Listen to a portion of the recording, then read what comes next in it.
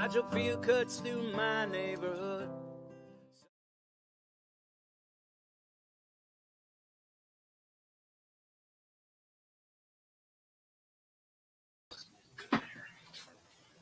Hi, everybody. Welcome to Fearlessly Authentic. I'm your host, Lucky, and... Yo, what up, people? Steve is over there. The producer's really loud and annoying in the background. Hopefully you can hear us okay. The mic's on and stuff. Mm-hmm. All right. Can you guys hear us? Roger Stone's interviewing people on Twitter Spaces. Well, you know, we gotta get our show in, no matter who's doing what. I know the Roger Stone audience and us have like serious crossover, so I don't think maybe they'll come back and watch it. Thank you, Peaches. I know. Peaches is mad. I have been busy today. If you've been on Twitter, then you probably know what I'm talking about. I've been busy with 3 little beans. They're really cute. Applejack says you were supposed to say hello like you did on his episode. Hi. Yes, you're right. I'm going to show you guys because they're right here.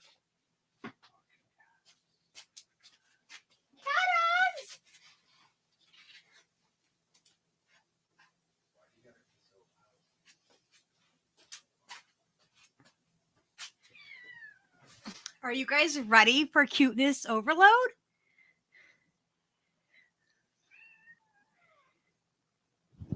Aren't they adorable?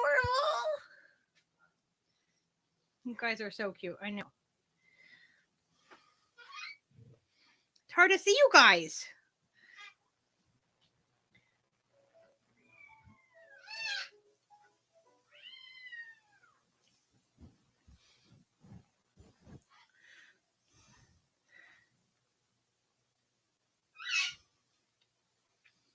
They are so cute and squirmy.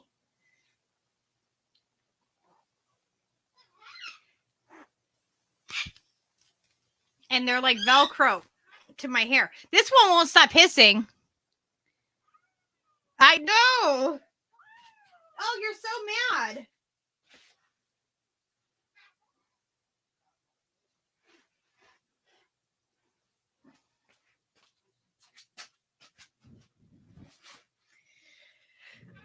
So these guys were left abandoned by, I think, Mama Cat and outside in the cold Connecticut weather. So one of my neighbors let one of my other neighbors know that there was kittens and that they were outside in the cold and they were worried about them and they couldn't get to them because they were away from the apartment. So I went over and found them and gathered them up, and a young boy helped me, and I brought them in and I got them food and water, and they ate like crazy, even though they hissed at me.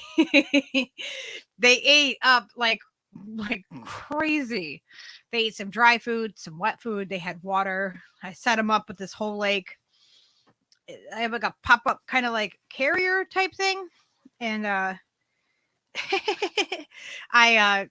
set them up in there, made them a litter box and a basket with a blanket to sleep in and food and water. And they've been hanging out in there. They're using the litter box and they're doing it good. So, hey, Val. And Val is getting one of them. Can you grab Val's kitten? Where's Val's kitten? The one with the white. It's in the potty. Oh. This fucking bird. She's using a litter box. And they're already using the litter box. I'm so happy that they're like using a litter box. That is like something you don't want to deal with. And the bird's being an asshole because,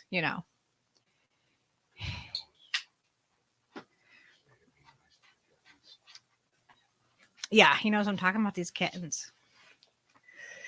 And I think it's awesome that one of them's going to my neighbor. So I'll still be able to see the kitten. And it's funny that I'm giving Val a kitten because Everett came from where Val lives. From the person that lived there before her. So it's kind of cool. Yeah. Yeah, they're probably about 5 to 6 weeks old. They're not very old. They still have like the baby blue colored like in their eyes. And they have their teeth though. So they're probably closer to 7, 8 weeks. You think they're that much older? Yep, because they got their teeth. Their teeth are sharp and in good place. They can chew up dry food. Yeah, they're probably 6 to 8 weeks. I don't know. I think they're about 5 with the blue in the eyes. Like usually their eyes. Depends. I'm saying like this. They grow really fast from 4 to 8. So. Like somewhere in between there. I don't know. They've survived somehow. This outside in this weather. So yeah. Oh my God. Hey John, you want another bird? You want another bird? How do you feel about cockatoos? How do you feel about a cockatoo with your with sunshine? Oh my gosh. Just bring them in here. Yeah, he's gonna fucking jump into the fucking thing with the kittens. That's gonna be ugly. Just zipper them up. Just zippers, yeah. Close them on up. You can cover that too if you want that way. So a little bit of chaos to begin the show. Yay. That's just So tonight we're covering a pretty heavy topic. So it's great that we have some kittens to balance that out. We're covering the Canada's medical assistance in dying. Really? The kitties are yelling at me now too. And I have the Canadian. Come on. Steve is not bumping into things right now. There you go. Perfect. Stay there. So to start out, I wanted to cover. I've covered this topic a few times before. So if you followed the show, then you have probably seen them. If you haven't, then you should check out the past streams I have done on medical assistance in dying. It's alarming what's happening up in Canada, and I wish that more people were talking about this. So I've previously covered the blue whale aspect of it with the suicides. And tonight we're going to cover the organ donation that's happening. We're going to talk about mature minors being able to go for MAID. They're changing the laws. So,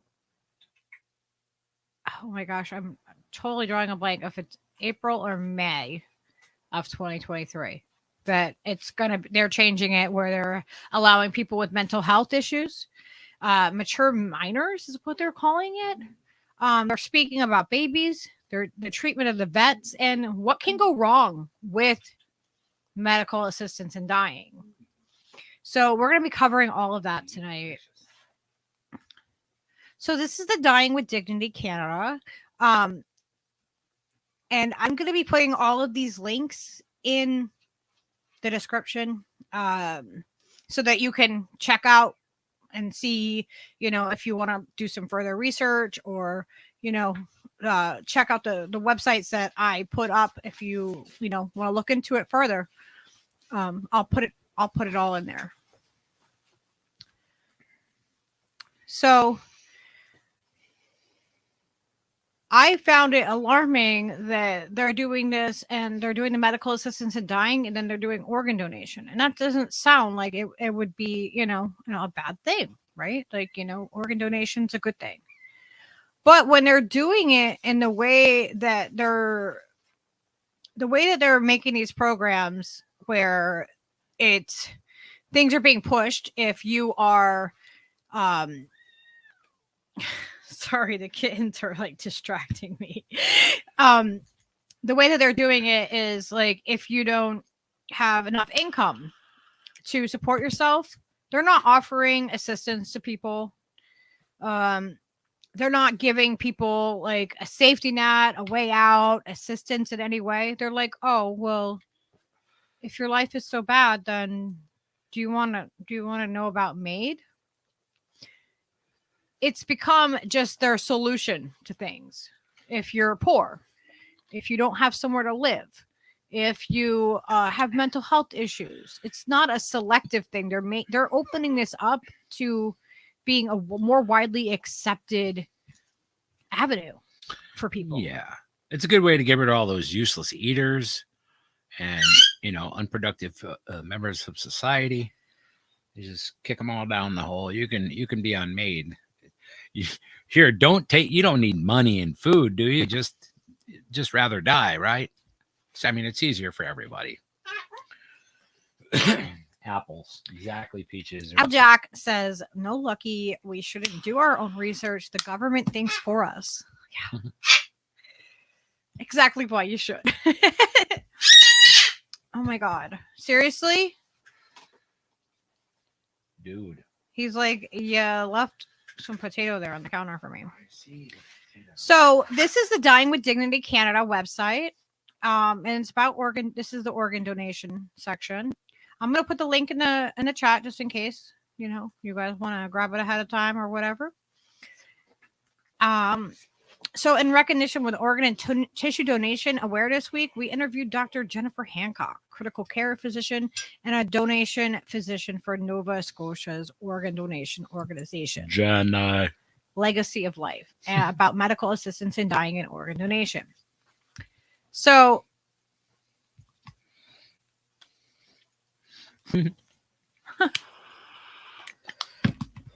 Soylent Green is made from people. So MAID and organ donation are two very different and technical medical procedures. How often do they both come up in conversation with patients? Both organ and tissue donation are an integral. Steve? Sorry, that was funny. Okay. My bad. Tell Applejack not to say Dr. Graham Elwood ever again. Please. Oh my God. If I saw that, see, I'm on a different page. I can't see the chat. Listen, Applejack. Dr. Graham Elwood would explain it to you. He'll tell you about the hospitals are full. And okay. All right, can we sure get back to this? You sure you don't want some maple flavored Soylent meat butter? No. All right. I would like to get to this. Oh, sure. So both organ and tissue donation are integral part of the high quality end of life care that should be considered for every patient, regardless of their cause of death. Organ donation following MAID is relatively new in Canada. Each province is still working through the best process to ensure all MAID patients are provided the opportunity to consider organ donation. Should that align with their wishes at present, I suspect the rates at which these conversations happen vary across Canada.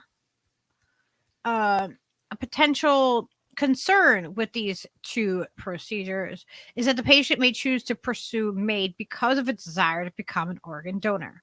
To minimize this risk, it is important that the referral of organ donation assessment to be made after the patient has been approved for medical assistance in dying. And I don't see anything wrong. Like, if you are terminal and, you're going to use the MAID program, then I don't see anything wrong if you want to donate your organs. I think that's a personal choice. And I think I would want anything that I could donate to be used. to save someone else's life. But it's the way that they're approaching this and the way that they're pushing things on people and the way that they're making these very easy, just nonchalant choices. No, Like you can literally have 10 days later. You can go within 10 days, and there's even a waiver that you don't have to wait the 10 days to end your life. So what should a person consider if they think they want to pursue both made and organ donation?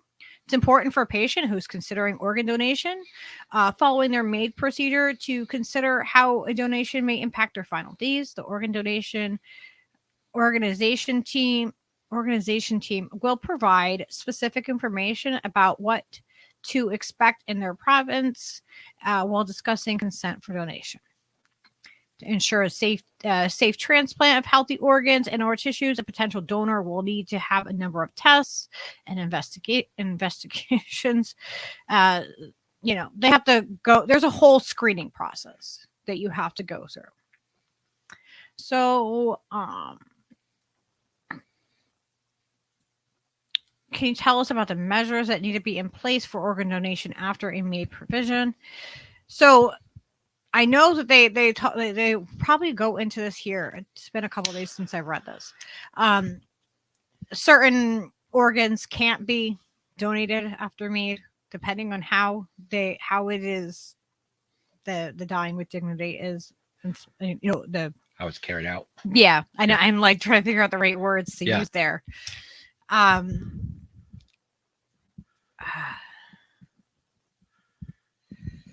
So you have to have it. Okay, where does it go into? I didn't highlight these for myself.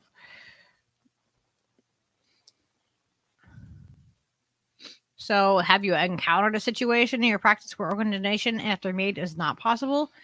I've encountered situations in which it was determined that organs were not safe for transplantation, as well as a situation where patients have decided the organ donation process does not align with their wishes for their final days.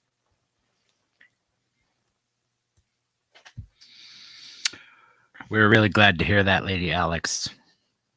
I mean, well, not that you can't donate your breasts now, but outside of that, fuck yeah.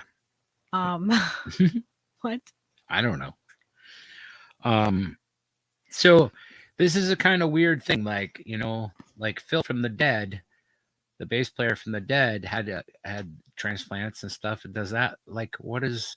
Please finish what you're saying about the donation thing and how that affects people, because you got people cheering people on to be organ donors.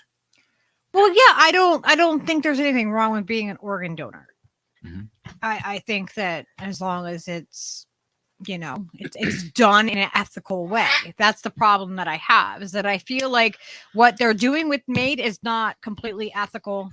Mm-hmm. And I feel like they're pushing it, and they're making, if you saw the last episode with the blue whale, where they're making it like this beautiful thing to end your life.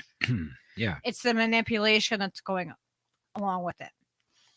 So this is a story about organ donation after medical assistance in dying offers possibilities. So this is from, let me see, June 3rd, 2019. So this is, he had ALS. Mm-hmm. So, oh my God. Peaches, shut the hell up, dude. That was not cool. You just had 11 pieces of potato. You're good. He needs another one, apparently. So each year, more than 2,000 Canadians receive organ transplants from posthumous donors. The growing popularity of medical assistance in dying, MAID, means that more donor organs might become available. A new guideline published Monday in the Canadian Medical Association Journal, CMAJ, helps navigate the legal and ethical challenges. The guideline was written by a Blue Apron panel of health professionals representing Canadian Blood Services, the Canadian Critical Care Society, and Canadian Society of Transplantation, and the Canadian Association of Critical Care Nurses. The panel was led by Dr. James Downer, an expert in the critical care and palliative care and supporter of MAID. So let me see. There was I believe that this was where there was, yes, right here. This is what I wanted to play. So this goes into a little bit about somebody. This is the right one. I believe this is the right one.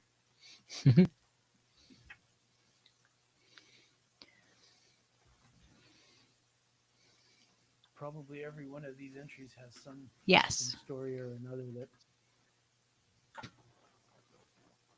Doo-doo-doo. All right, I'm going to mute us so you guys can hear this story about a organ donation.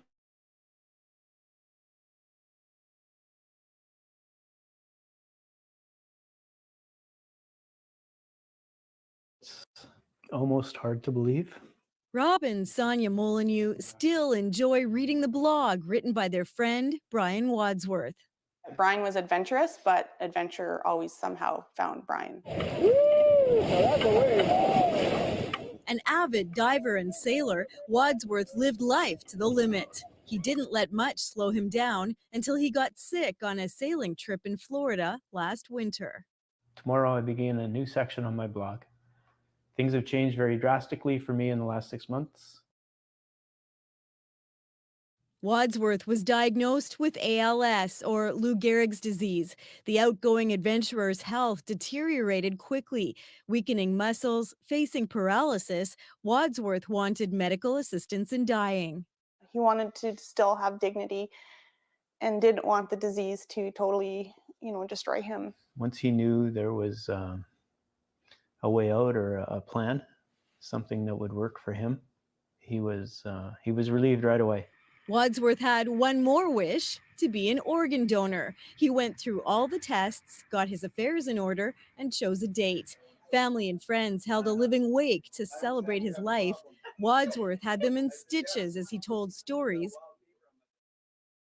The next day, they gathered at his bedside to say their final goodbyes. And Brian's doing his best to entertain everybody, keep it as light as possible. Yet you could see the fear and uncertainty in his eyes. In order to donate his organs, Wadsworth had to die in this hospital. Staff had problems finding a vein to connect him to a heart monitor. When they took a break, Rob Molyneux went to get him a coffee and added some Kahlua, Wadsworth's morning ritual. And that was his treat, probably an hour before he died.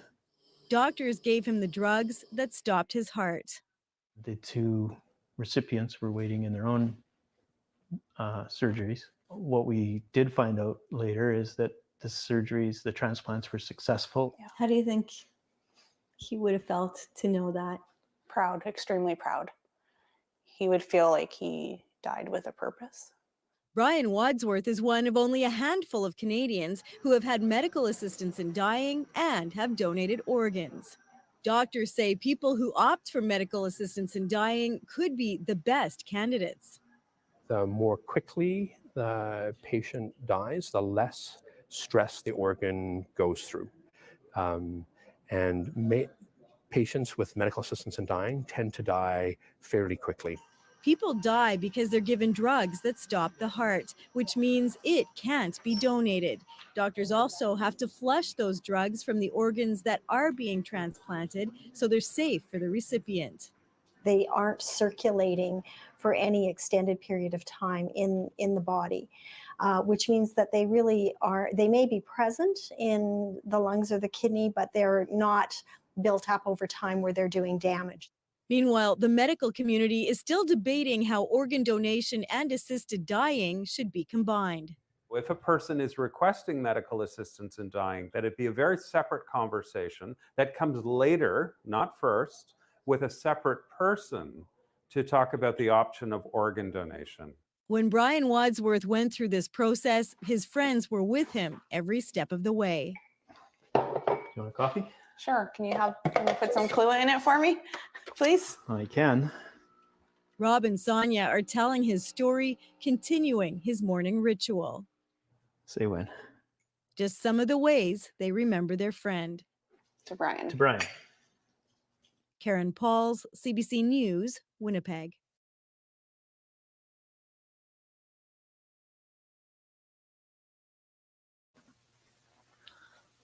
So that was a pretty positive, story about what can happen with MAID. I feel like that is, that is what it was intended for in the beginning. And they have since changed their criteria for it, and they're changing it at the beginning of this year coming up.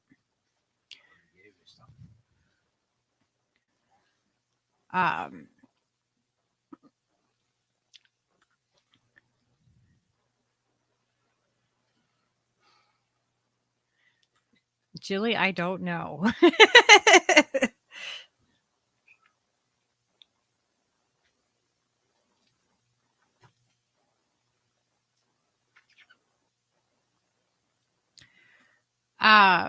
So I'm going to see what you guys are saying over here in the chat, because I haven't seen.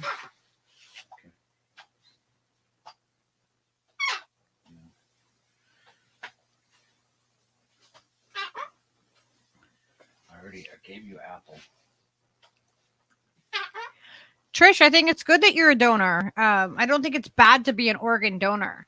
I'm not putting down organ donation. Just so that you know. I know that was a few minutes ago, but No, I just thought, it should be explained. Like, there's some different circumstances besides just the common sense thing that would make you want to be an organ donor. yeah, well, yeah. There's definitely many. Oh my gosh, does he just need to go away? Because I don't know what to do with him. Let's go. Good night. You're not coming over here. You're not being a good boy tonight.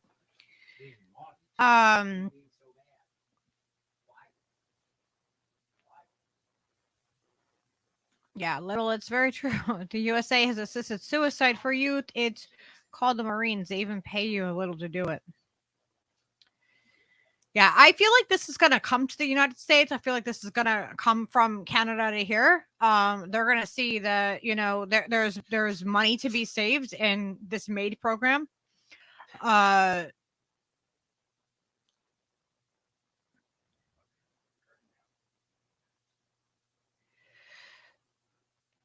Yeah, this is their answer to you needing help or any kind of assistance. Is this is not the same thing as what I just showed on this video and the guy that has ALS. This is a completely different aspect of MAID, and I support people having the opportunity to die with dignity and do an organ donation. That's a completely different thing than what I'm going to get into further. But I wanted to set it up and show you what it is that, the difference between the two. So the next part that I have here is Quebec. Their healthcare professionals' perspective on organ donation after medical assistance in dying. So this is a research article. So it's a little bit longer. I'm going to put it in the chat. I'll put it in show notes too, in case you guys want to check it out. I don't know how far into this I'm going to go. But, I always like to make sure that, what I say is based on fact and I can back up what I'm basing my opinion on.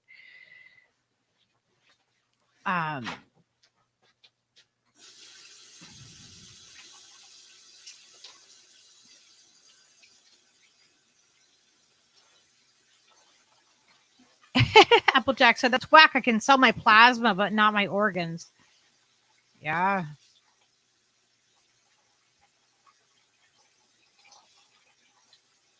They just want us to drink, Popeye.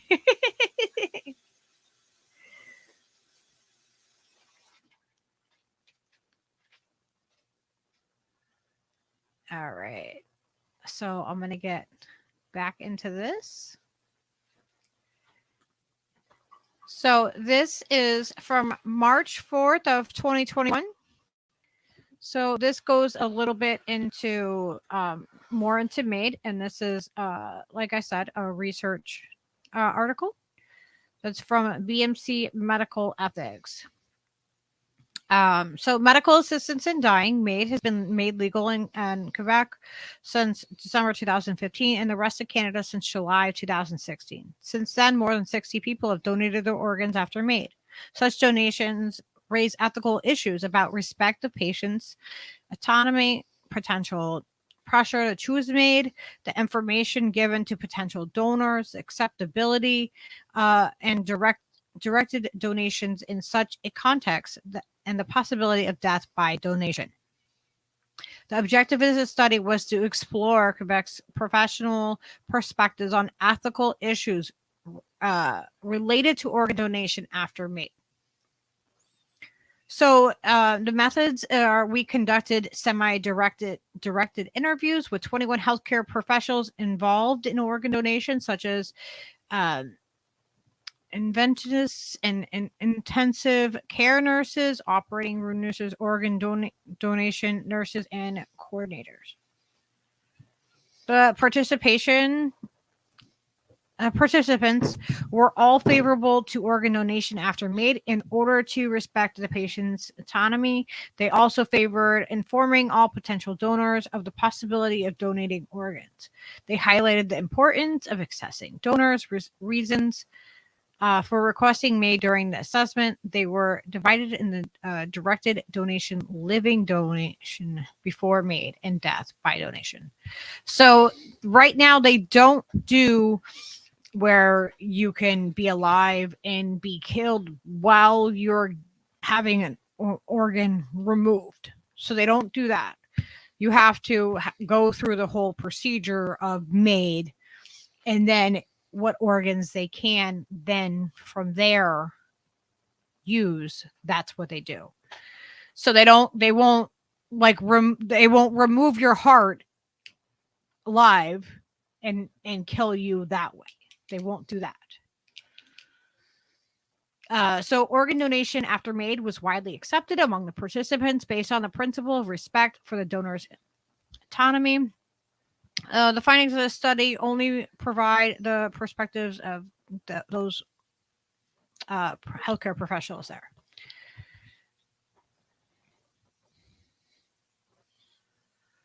So they have to meet certain criteria, including the capacity of consent, unbearable suffering, serious and incurable illness, and being at the end of life. Organ donation, OD, after MAID is possible for patients with conditions with neurodegenerative diseases or pulmonary fibrosis, and is performed following the protocol of controlled donation after cardiocirculatory death.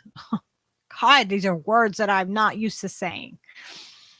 There have been over 70 such donations in Belgium since 2005 and in the Netherlands since 2012. So more than 60 patients donated organs after MAID. So it raises ethical concerns, and it combines two already ethically challenging procedures.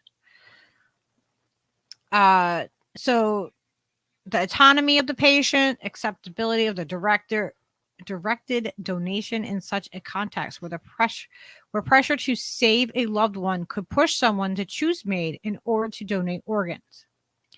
So that is where I find that, there might be an issue, is where people feel like a pressure to choose MAID in order to donate organs, to feel like they have to make that person's life matter, so we have to do that.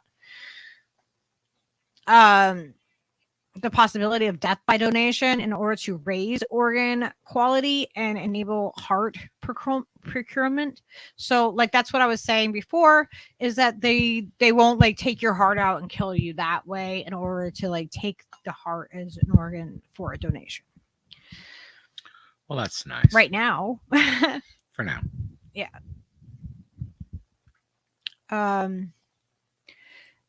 So it's not currently done through DCD, i.e. doing it under anesthesia, therefore thereby causing the death instead of going through the normal MAID procedure. So that's not right now. They don't do that.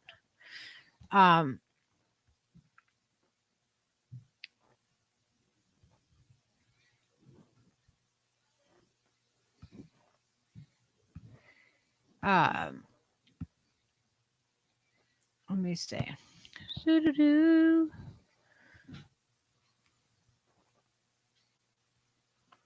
So this is a pretty long oh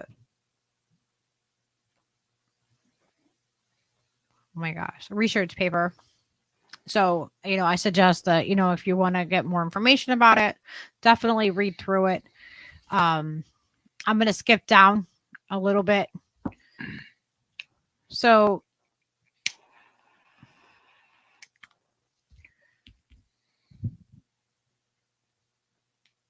down to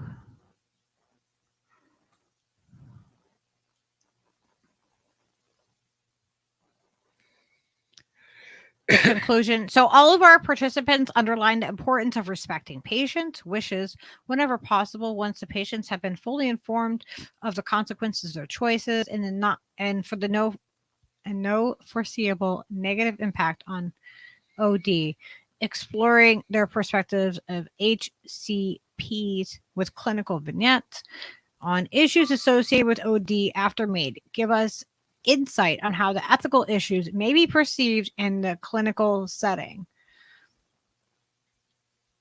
I think that there needs to be a lot more conversation about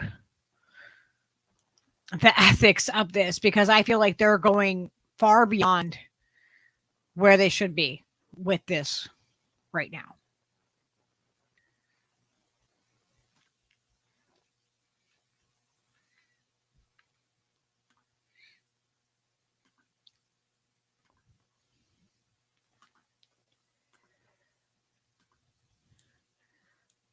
So here's some more.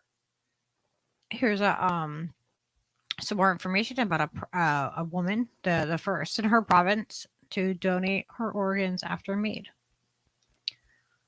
I think I can put Now this right to here. a remarkable story.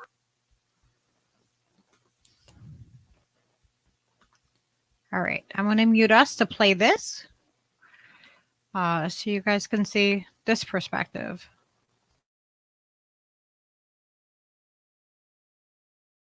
Of someone who truly dedicated their life to helping others. A New Brunswick woman with a terminal diagnosis became the first in the province to donate her organs after receiving medical assistance to die. CTV's Laura Brown has her story tonight and how she continues to inspire others. That was her main goal in life, was to make sure everybody was happy. Even when that life dealt Sharon Demchuk a difficult hand. Even in the early days when they said it wasn't possible, she kept doing follow-ups, kept pushing. And even though she wasn't able to speak, she would make notes for Dad. Here's what I want you to ask them. Here's what I want you to say. In her late 60s, Sharon was diagnosed with ALS. With her family's support, she started the process of MAID, medical assistance in dying. After being approved, her family says she pushed her doctors to consider a way she could help people after she died. She was still trying to find every angle in order to save someone else's life. When most think of organ donation, they assume it's after someone dies from brain trauma. But doctors at Vitalite Health have been working on allowing those who suffer cardiocirculatory death, a sudden stop of the heart, to donate certain organs like the kidneys, liver, and lungs. But on someone who was choosing to die with medical assistance. That had never been done before in New Brunswick. I'd really like to say thank you to the family. Dr. LeBlanc was part of the medical team that made it happen and says it's one more step to increase organ donation in the province. The national average of donation is around like 19.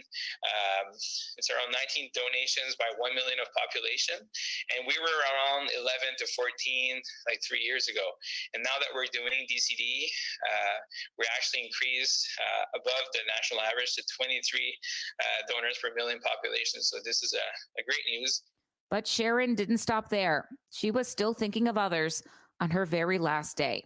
She asked the girls if they would cut her hair off so she could donate it to the kids with cancer so they could make some wigs. For a person that had to live with an everyday struggle of not being able to talk, eat, drink, and even in the last year, physical disabilities because of the illness. It just goes to show that, you can put your mind to something and make something happen and still make the world a better place. After ensuring she helped as many people as she could, Sharon Demchuk died on September 15th.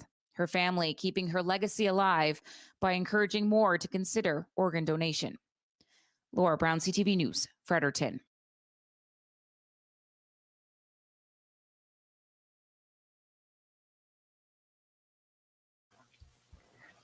So these are all some, some positive things that can happen when it comes to dying with dignity and with MAID, right? These are all like, nothing seems outrageous or outlandish so far. Like if I knew I had something terminal and I was going to be, be a vegetable, I wouldn't want to live the end of my days like that. Of course not. No, I don't think anybody would. So I'm not against dying with dignity. But I am against the government offering this as their solution. Yeah. And I'll get more into that as we go on later on into the show. Because I wanted to kind of set up what dying with dignity was and how it is beneficial for some people. And this is what you think of. I mean, at least this is what I thought of when I first heard of MAID was, yeah, it's older people. It's people that have lived the life that, like they know that, they're not going to make it much longer. They have something that's like ALS or something that's incurable. Like I said previously when Lady Alex did a show with me, my dad, he had cancer, 4 times. The fourth time it ended up taking his life. And if he had come to me and said, I want to end my life because, with dignity, I would understand that, as hard as that would be for me. I would understand and I would support him. I would have supported him in that because I know how it was for him in the end. But I'm not against that. What I'm against is the other aspects of this. The mature minors. What do I mean by mature minor? They're talking about 12 years plus without parental consent.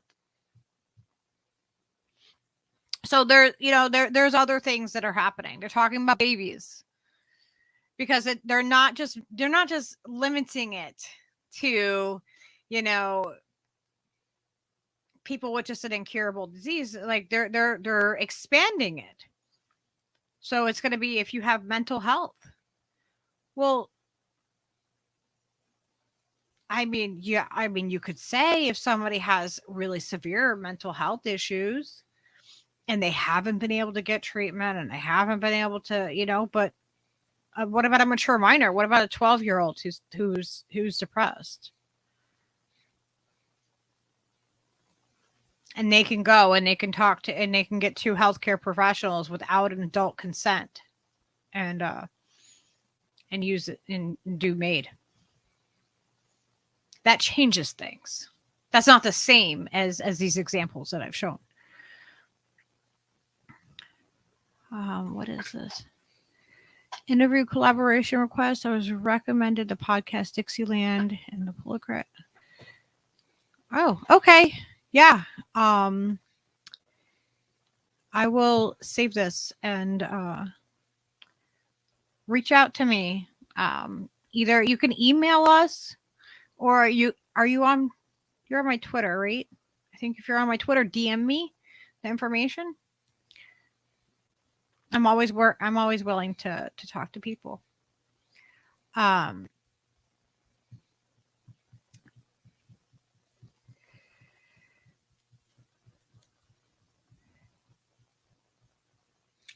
Yeah, and what else are you supposed to put on green hooligans, man?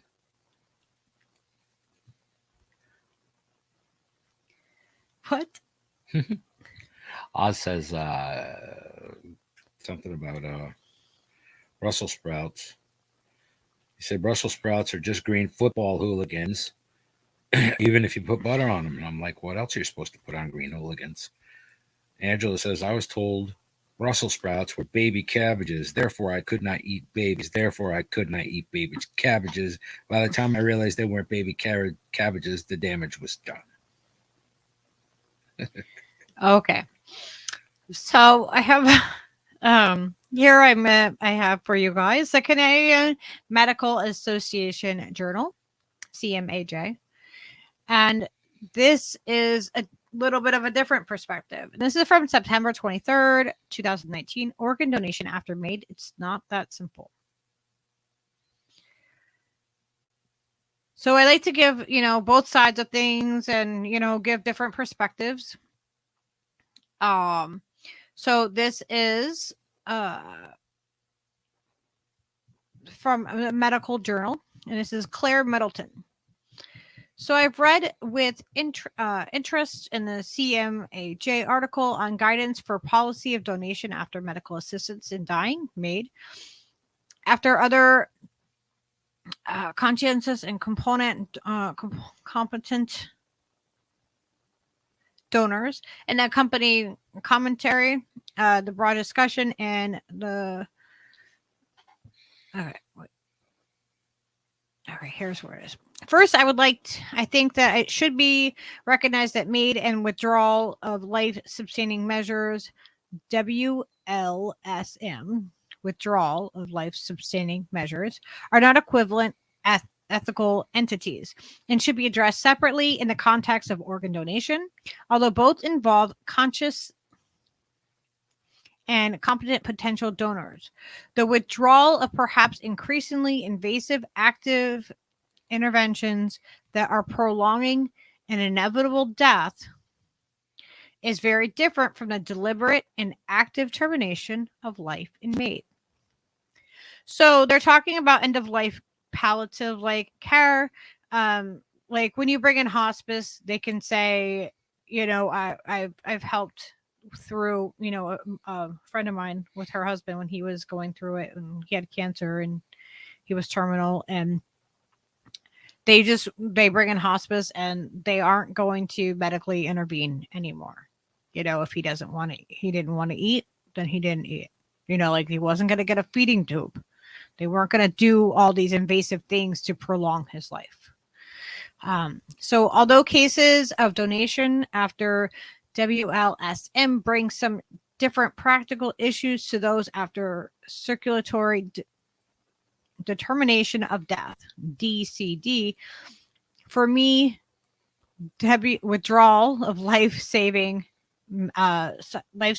measures and DCD are similar and are far less problematic. Ethical issues, therefore, the rest of my remarks will also be to donation after made. Okay, so I have concerns that organ donation after made has the potential to influence substantially the decision of individual patients to proceed with made and also increases the number of requests for made.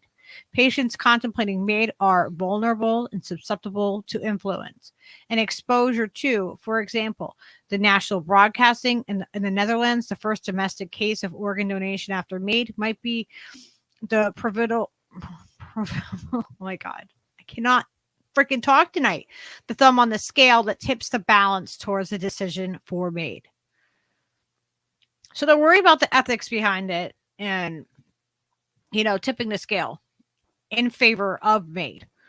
The authors of the guidance on policy acknowledge that it would be difficult to exclude the possibility that the decision regarding organ donation had driven the request for MAID, either to facilitate the donation process or to enhance the function of the transplanted organ.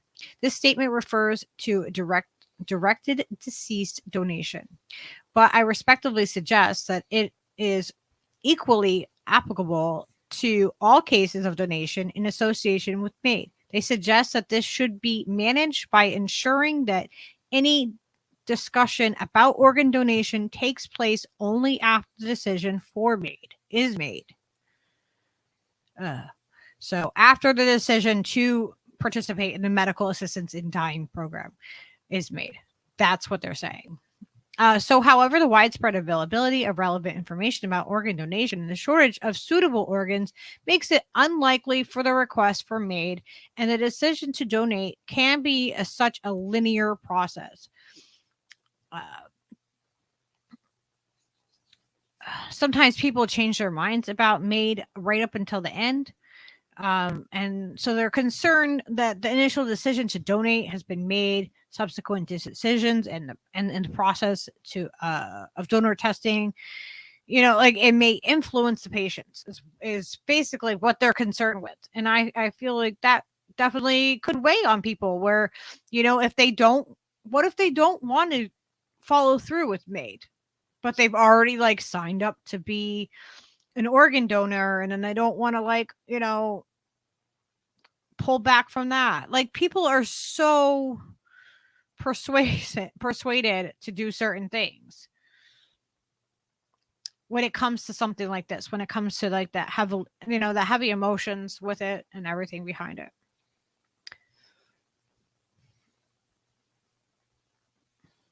Steve? I have nothing. Okay, so they're saying there's a crucial difference between these scenarios. Mm-hmm. One is motivated to proceed with suicide or homicide because of the subsequent opportunity to donate organs, and the physicians. We actively strive to prevent both suicide and homicide whenever possible, rather than facilitate death as done with MAID. So they're saying, there's something to be said about whether one is motivated to proceed with suicide or homicide because of the opportunity to donate organs. Yeah. And as a physician, you're what is your job? It's to protect people. It's supposed to be, sure. Question. So it's kind of like it goes into that gray area, the ethics aspect of this. Is it ethical to do this? As it always does. Is it? Well, I would argue yes on certain circumstances, but in others, I don't think others it is. Not so fucking much. And I don't know who the arbiter of which one is right and which one is wrong and where that line is. That should be debated well before they actually do these things. Before they're implementing before it, they're using it, yeah, implementing it into everyday society. And then once it's in there, it'll just become commonplace and it'll be an option for people. You know what? I think if I don't make that $1 million this year, I'm just going to say fuck it and go down to MAID. It's been good knowing you guys. We'll see you later. Yeah. Well, you know what I mean? If that's going to be the way, it's going to be just normalized to that degree. And it feels like it will get there really fast because this came really fast. Well, I mean, how many periods of time in your life have you had where you've had low points of time? Oh my God. I can't count them because that's how life is. You have just as many high ones as you do low ones if you're doing it right. And with MAID, it can be 10 days. Yeah. 10 days. It's not enough time to decide. I don't think.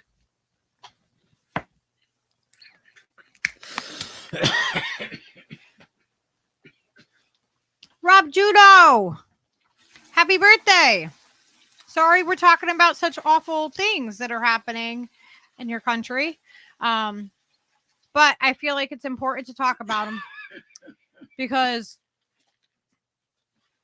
Canada is right above the United States. And if the United States sees that Canada's doing it and that they can save money by doing this,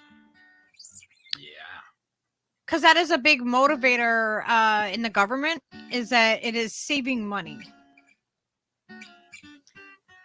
And so that's really alarming. It's not necessarily the people that are wanting relief from what's happening. It's more so the fact that the government is pushing certain things because it's going to benefit them. So let me get back into this. So as an anesthesiologist working at a major transplant center, I have recently informed my department that I'm not willing to be involved in the transplantation of organs from donors who have undergone MAID. So that's interesting because doctors don't have to participate in MAID. They don't have to participate in the program. There's no database for you to search and find the doctors that do participate in it. So you kind of have to I'm sure that if you ask a doctor if they participate with MAID and if they don't, they can probably refer you to somebody that does. If they don't feel like it's, I hope so. Something that they want to deal with.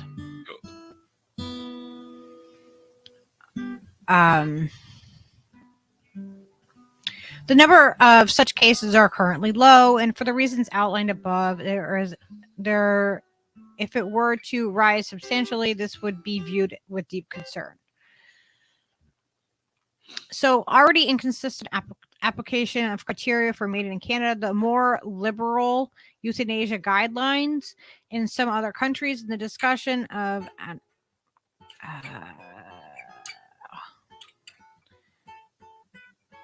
about the harvesting happening after, not on the public domain. Okay, so that's part of.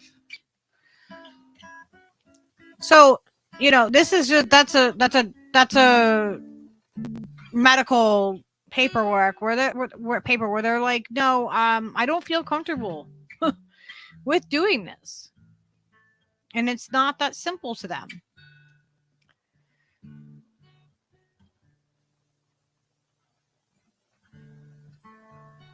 But the medically assisted deaths prove to be growing. So I wanted to see, what it was looking like. How are the statistics on this, and how it's growing. So this is from 2020. Medically assisted deaths prove a growing boon to organ donation in Ontario. Ontario waiting list for organs typically hovers around 1,600 without any great headway made to eliminate that number.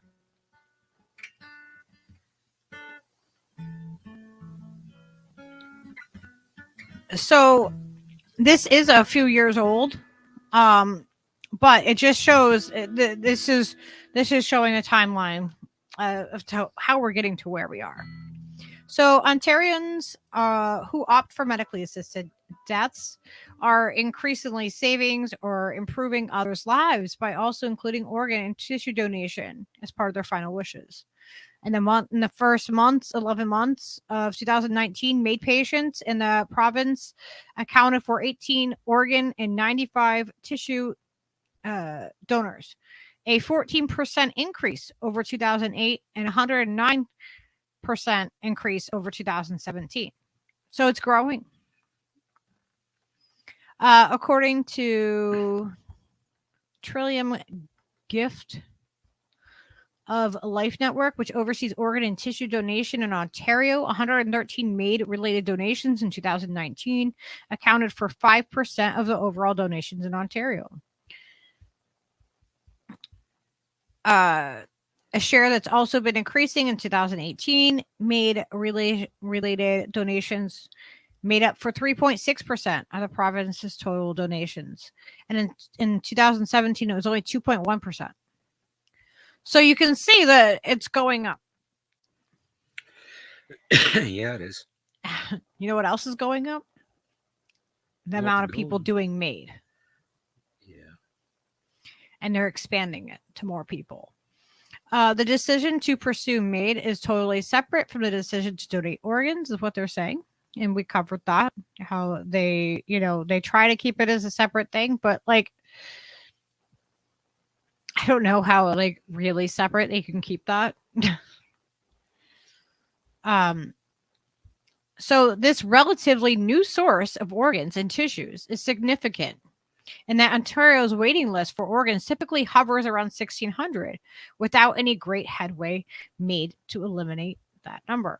With 90% of Canadians reportedly support organ donation, only 34% of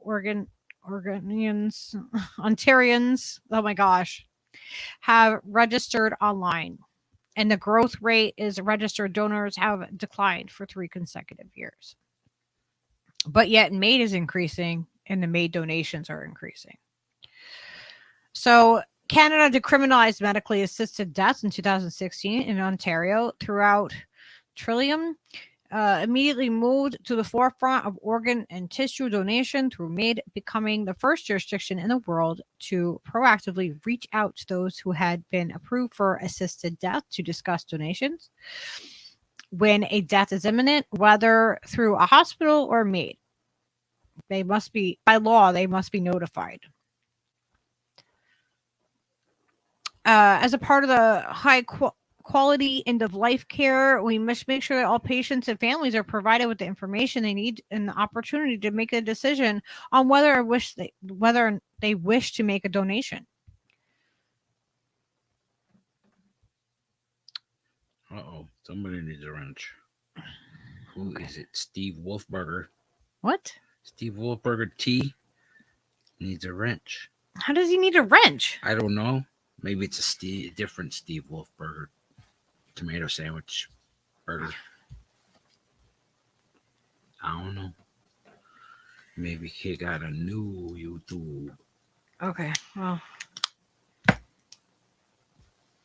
I mean, oh, damn it.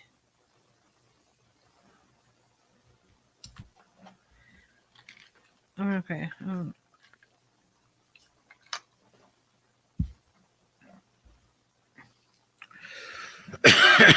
All right, there we go.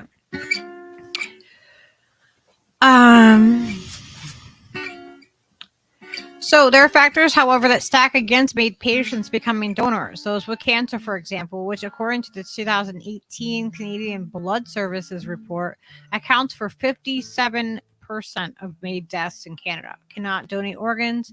Additionally, current laws stipulate that organ donors must die in a hospital, whereas the MAID patients choose to die in their homes. Tissues, however, such as eyes, heart, valves, bone, tendons, and skin can be recovered from following home deaths. So depending on where you decide to die is depending on, like, and do you think that has an influence on people?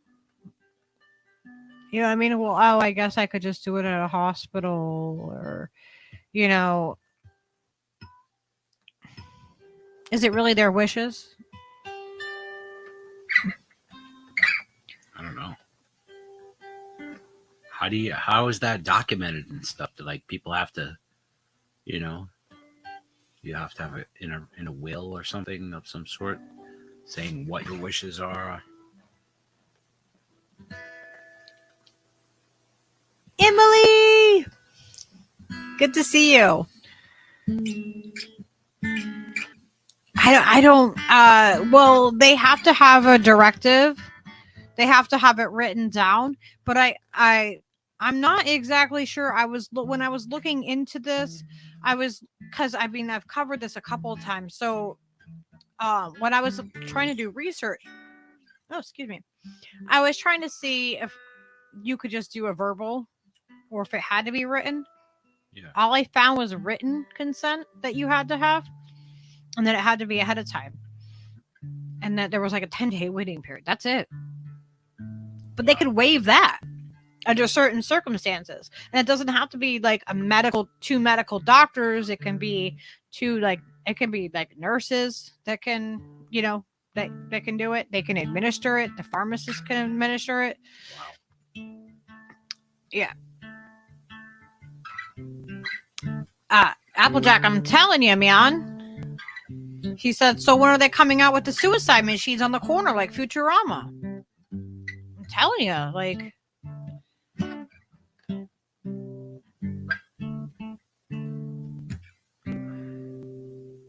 Suicide machines on the corner.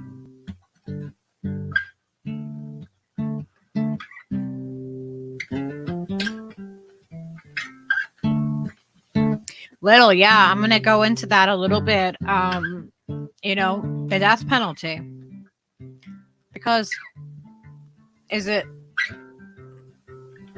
different?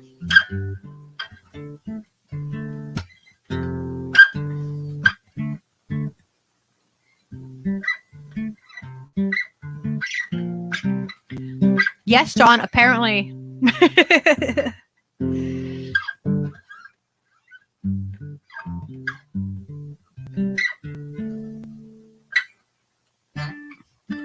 Applejack, what are you doing over on Facebook that you're getting death threats?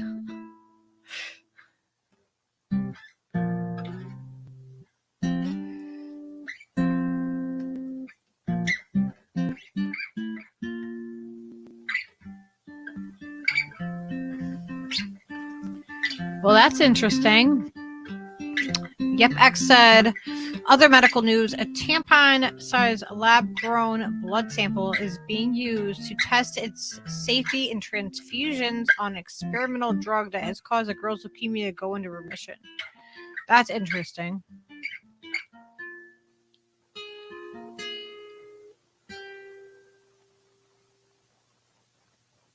All right, I'm trying to make sure that I'm paying attention to the comments.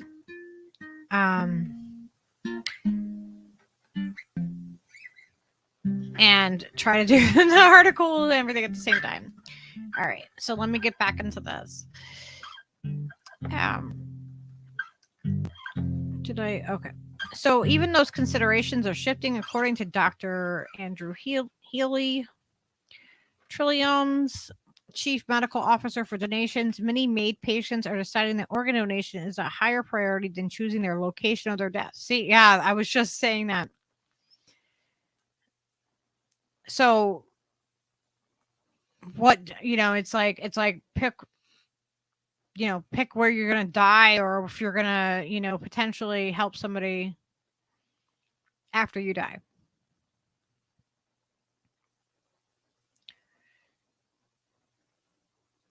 That would be hard. That would be a hard thing to, to kind of balance, your own last wishes or helping someone else. It kind of puts you into that, like,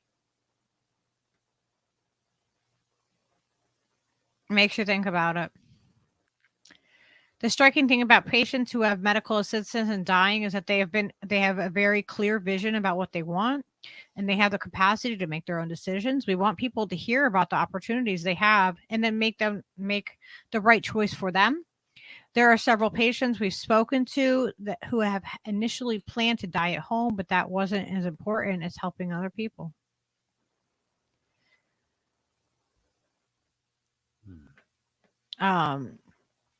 So there are protocols under consideration whereby lungs, which can remain viable for far longer than organs after removal, can still be retrieved following a death at home, a MAID death at home.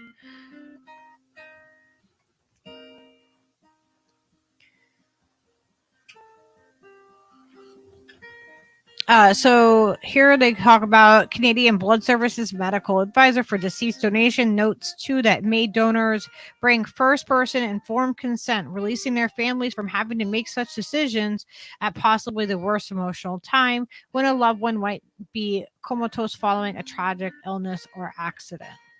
With MAID, it's very different. These patients have terrible diseases.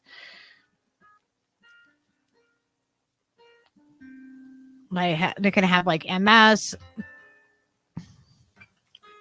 So they're able to make decisions on their own behalf as part of their own autonomy. And that is true. That is absolutely true. I think it's important, though, to always have those conversations with your family members to make sure that you know what they would want. It's not always an easy thing to do, but you know what? It was a gift that my dad gave me when he was dying. He let me know. No, this is what I want. This might not be comfortable to talk about. And I saw it as I respected that he told me that. Because when my dad was dying, when I did get a phone call from the hospital and I was in contact with the hospital, you know, and he's dying 3,000 miles away from me and I can't get to him because we're in the middle of crazy COVID out in Washington State, and I'm across the country in Connecticut, and I'm having to make medical decisions for my dad being his next of kin. I knew what to tell them. It was the hardest thing to go through, but I knew exactly what to say. I knew exactly what he wanted. We already discussed it. So I didn't have to, like, you know, in my moments of grief, have to stop and say, oh, what would my dad want? Or what do I want to do? Or what are the options? Or weigh things. Because it was already weighed. It was already figured out. And so the doctor was amazed that him and I had already had that conversation. And he was amazed at how, you know, I was able to, you know, hold myself together through that. Because I was given that information ahead of time. So it's something that we should all do with our family. Talk to people about that. It's not comfortable. It's not something anyone, you know, most people, I would say, don't look forward to it, but it's going to happen. We're all going to die. Why not make it easier for our family to know what to do? Have a directive, you know.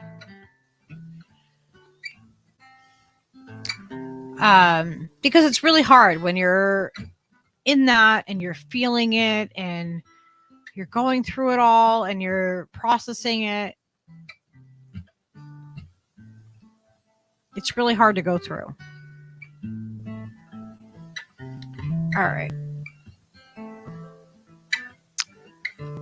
All right, let me get back into this. Made donations are also typically provide more time for testing donor organs and better matching with recipients. So that's good.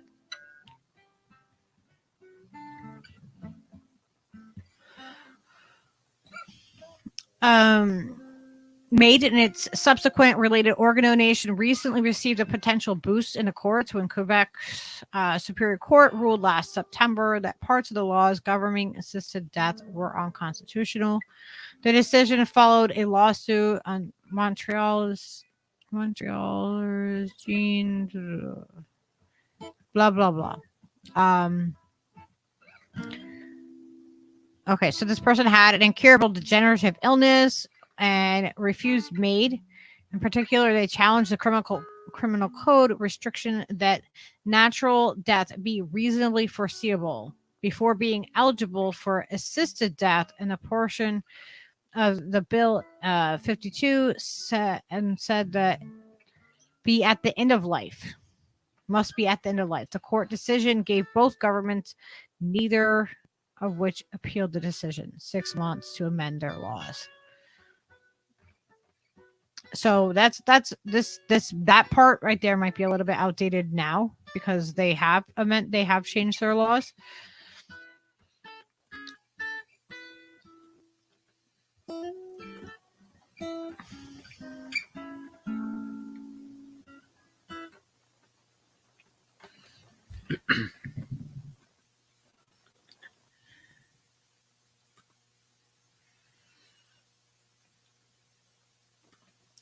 So I mentioned earlier that they were also including kids in this.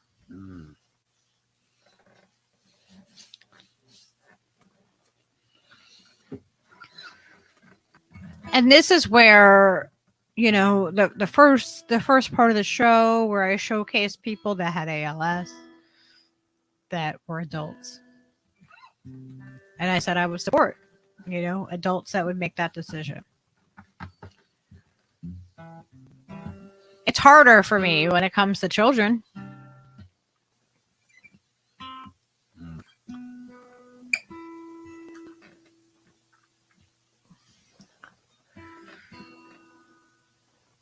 So this is the Catholic Register, and this talks about assisted suicide plans for children unveiled in Toronto's Sick Kids Hospital. And this is from 2018.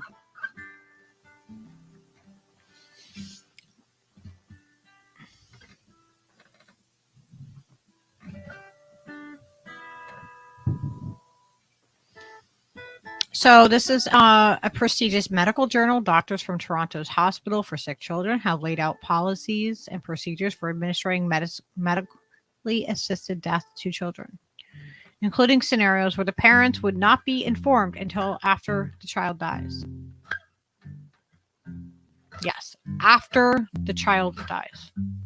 The article appears just 3 months before the Canadian Council of Academies is due to report to Parliament on the medical consensus about extending voluntary euthanasia in circumstances currently forbidden by law. The Canadian Council for Academies is specifically looking for an extending so-called assisted dying to patients under 18, psychiatric patients, and patients who have expressed a preference for euthanasia before they were rendered incapable by Alzheimer's or some other disease.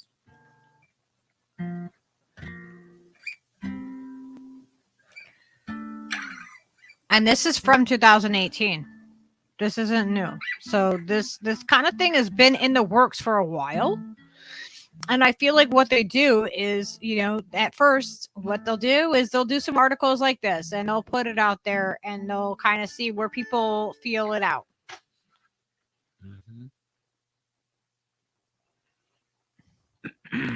Yeah. Shout out to Mona. Hope she's feeling better. Mona. So in a flowchart that outlines how a medically induced death would occur at sick kids.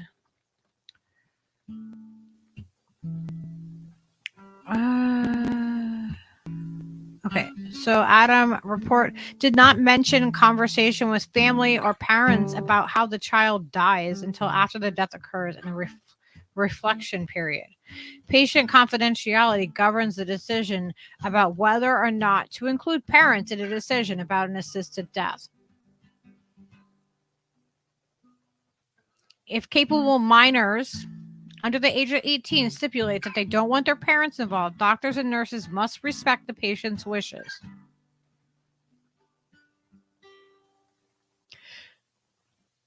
So if I read this in 2018, I probably wouldn't be so, shocked now when I'm hearing about kids being able to do this. Yeah.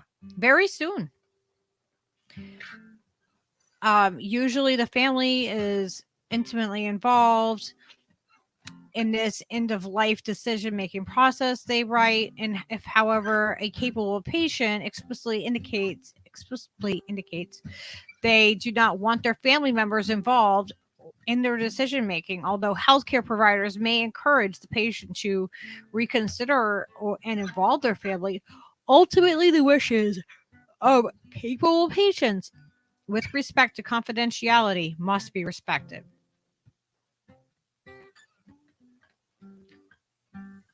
So this is where the mature children, a 12-year-old, can decide.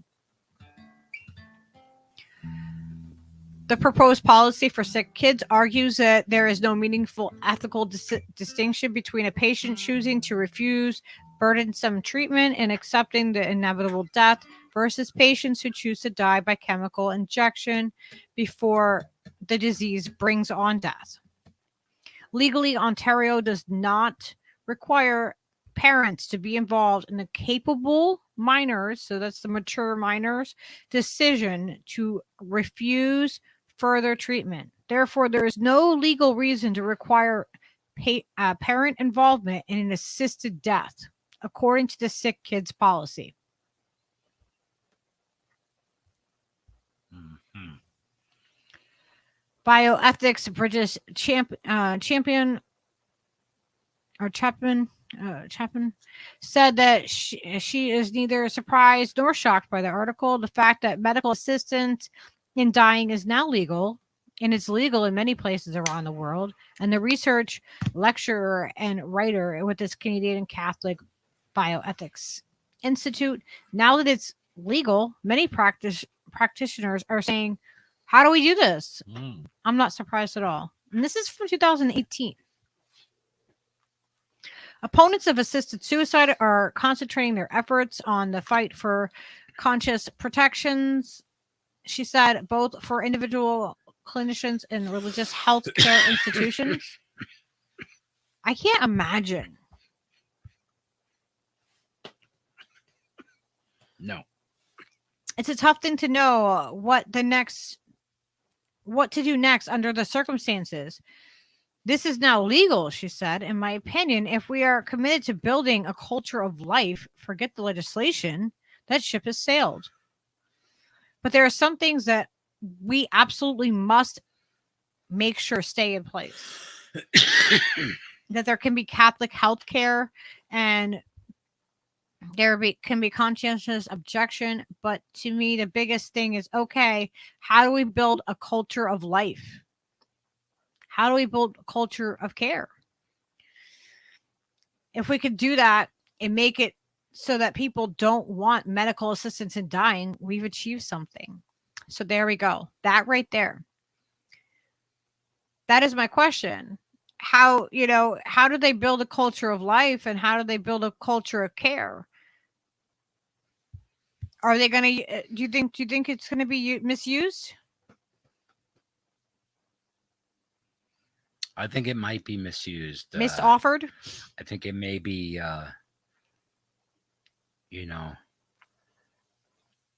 utilized for, ulterior motives. And, there may be a payment structure that could be established between the organs and the usable parts of these, useless eaters. And, even crazy people's organs work good, right? They're healthy. Sure. I don't think there's nothing to worry about. No insidious, black market will emerge for people's organs and things. It's fine. Well, like paying off families. It's fine. It's fine now that everybody's vaccinated. It'll fuck up the market. It's great. Oh my God. Oh, we can't get into those. No.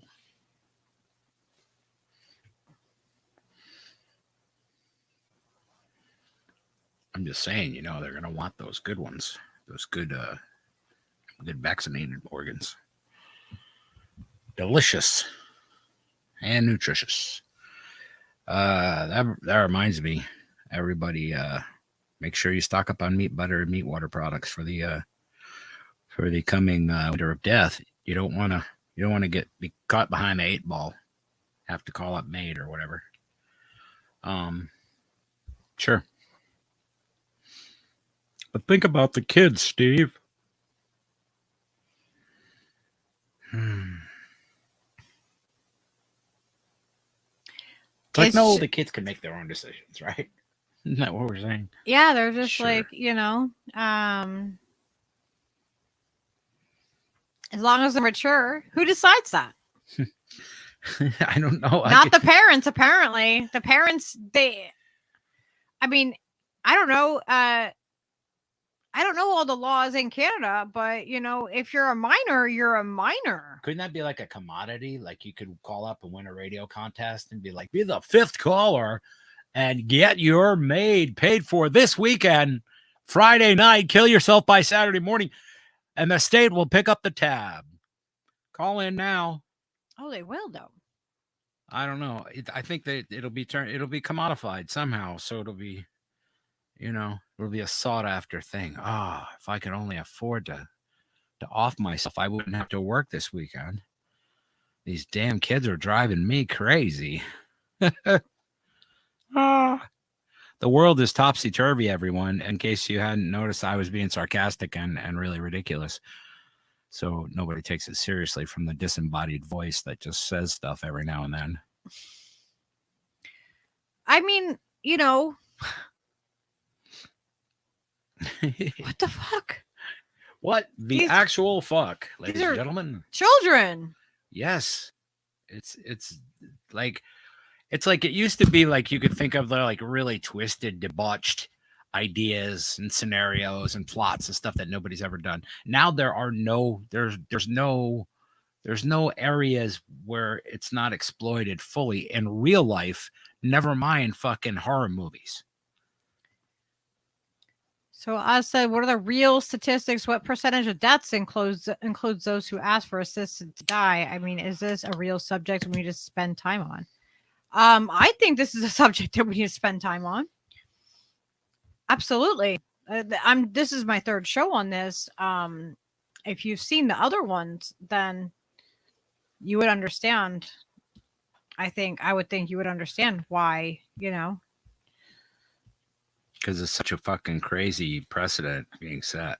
Yeah, absolutely. And this minimal guidelines. They are adding children to this. Yeah, people should know about it. Definitely. So, yes, I've put a lot of research into this to put together this show because I feel like it is important. Sorry, we got all the heads we need, Salty. What we need is a good left femur.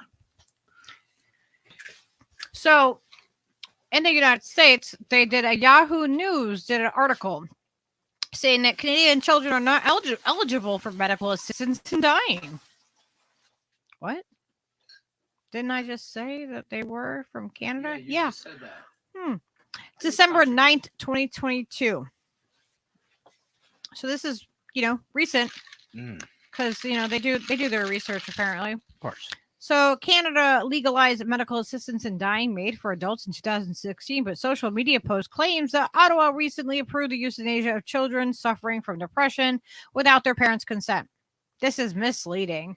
Made eligibility criteria are being reviewed, and an association of physicians suggested expanding access to some minors. But no such law has passed, and the government said it has no immediate plans to alter the minimum age requirement of 18. So they're like, no, this isn't true. And we have a screenshot to show it. This ain't true. You can't say that. So the screenshot is from December 7th, 2022.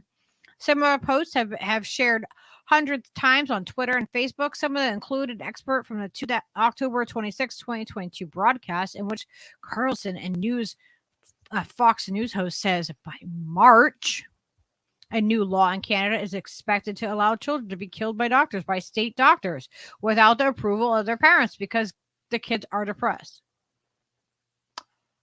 Never go full Fauci, ever. The social media outrage comes as Canada reviews its MAID law, as is required every 5 years. The federal government says the MAID program first passed in 2016 following a 2015 ruling by the Supreme Court of Canada is intended for people with grievous or irremediable condition, mental illnesses are excluded. They must be 18. Excluded. Wait a minute. I thought you'd just say kids. And 2 independent health professionals have to approve the request before receiving informed consent. Oh, sorry to hear that, Gamer. Gamer's dad's sick, he said. Oh. I hope he feels better soon. Shout out to Gamer's Tell him Pop. to get some Sambucol. Get some Sambucol in you. So Bill C-7, which received royal assent in March of 2021, expanded access to MAID to repealing an eligibility provision that required a person's natural death to be reasonably foreseeable. This led to an influx of patients.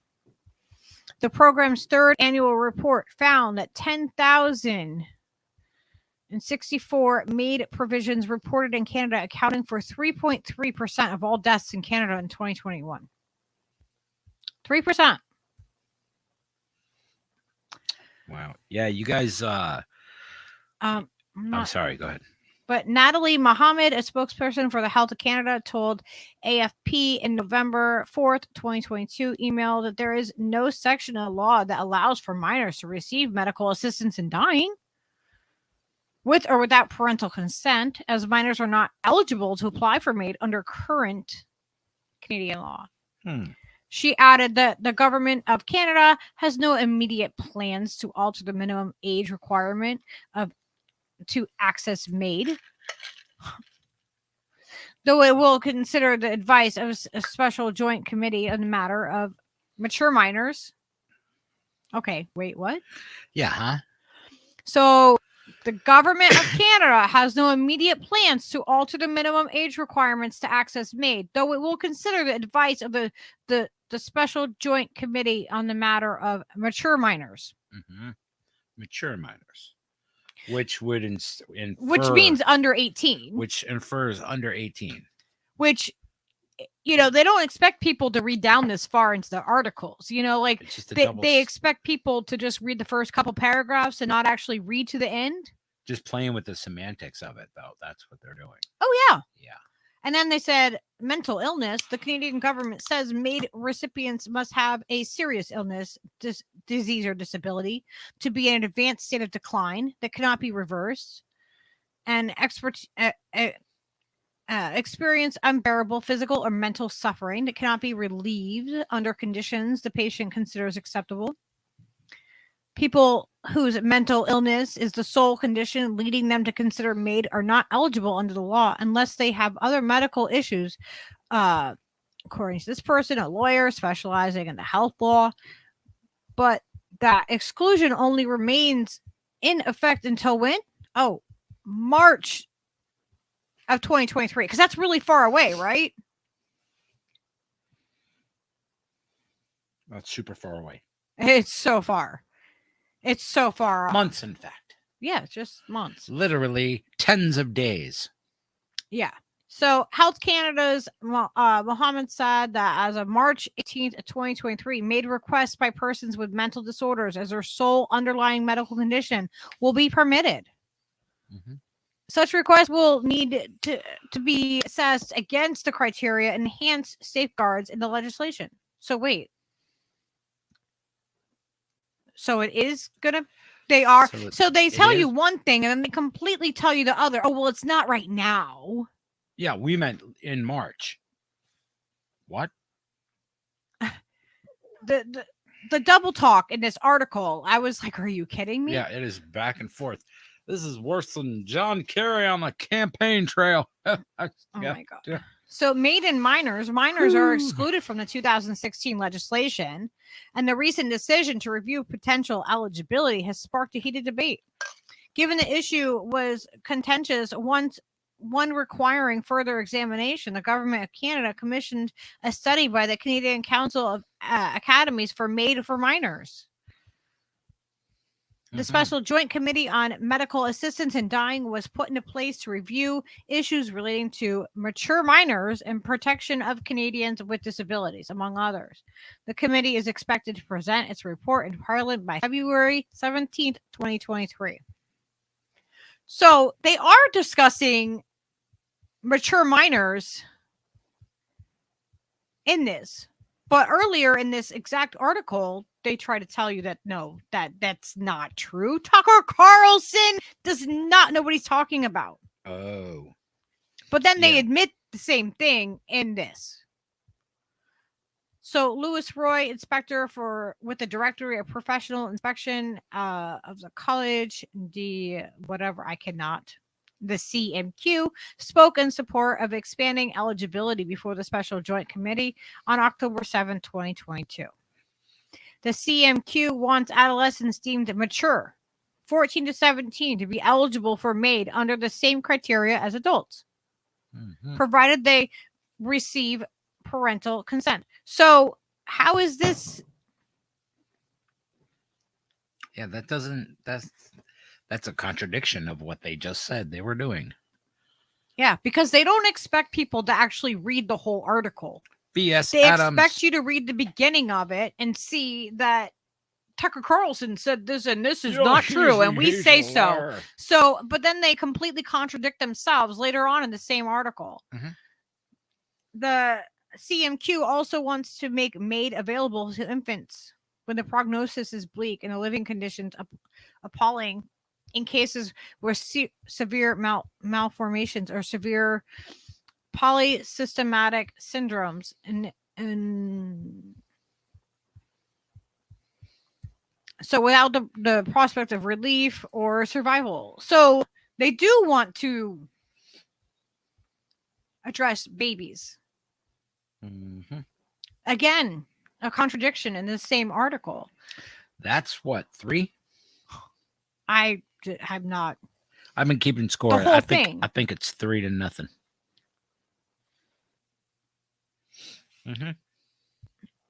So there are people that do say they don't support going down that road. That they don't support going down the road of talking about babies. But the thing is that they're trying to debunk this and say that this is not true. But then in the article, they are completely laying it out there that it is all true. When I read this, I was floored. I'm like, really? Man, this propaganda is really confusing. Yeah. I think they weren't really sure what their narrative was supposed to be. They're like, well, we better say this just in case. Well, they can debunk it and say that Tucker Carlson is making up fake things. Right. That are true because it's not happening until 2023. Right. That's pretty great. That's the way you want your propaganda to work, is, so it's flexible. But here's the thing. Most families of children that are born with disabilities are told from the start that their child will, in one way or another, not have a good quality of life. That is something that is said to parents all the time. Yeah. And for the record, Tucker Carlson is a fucking dweeb, friggin' white nationalist fucking that pinhead. wasn't the point of it. It's not about Tucker Carlson. It's about the fact that Yahoo is trying to say it's trying to contradictory things within this one article. They said like 3 contradictory things. They're lying, and then they're telling you the truth, and then they're lying, and then they're telling you the truth. Like, when I was doing the research on this, I was like, oh my gosh, I found this article. I was like, oh, maybe I'll just let you react to it when we do it live. Let's see what happens. Yeah. She asked me, do you want to hear this article? Because do you want to hear all this information? You want to get your reaction? I'm like, no, just let me react on the thing, because it sounds like one of those, you want to pull your fucking hair out. Like, what the fuck are you saying? The opposite of what you just said. Yeah, it's really hard. It's like, wait a minute, you just said the complete opposite. This is just a complete propaganda freaking smear piece. Because they, like I've said a couple times here, they don't expect people to read the whole thing. Don't read whatever you don't read to the end. Stop reading immediately. Everybody put those books down. Right. So if I had read the beginning of this and been like, oh, okay, yeah, of course, it's just propaganda, it would reinforce what they want me to believe. But then they go in that they actually speak the truth about what's happening. It's really a fucked up thing. So Canada cannot begin killing babies when doctors predict there is no hope for them. Predictions are far too often based on discriminatory assumptions about life with a disability.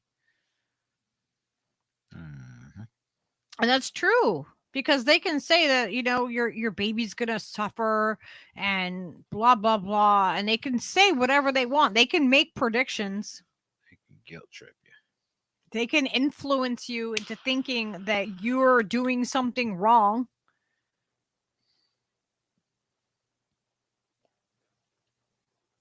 Like, just take your soma and get back to work. You know, that's all. We'll tell you when it's time to die. So it's not the intention of the college to provide this care for babies born with a severe disability, impairment, or mental illness, but rather children who are born with conditions incompatible with life. So they go on to talk about who receives MAID. The vast majority of Canadians who apply for MAID have serious underlying health conditions, according to the program's third annual report. In 2021, cancer was the most commonly cited underlying medical condition, followed by cardiovascular, chronic respiratory, and neurological conditions. The average MAID recipient was 76.3 years old. Only 219 individuals, or 2.2 of all MAID cases, were people whose natural deaths were not reasonably foreseeable, according to the report. Almost half of them cited underlying neurological conditions. AFP previously debunked claims that MAID is used to kill poor people. Really? Interesting. Because on the very first show that I covered this,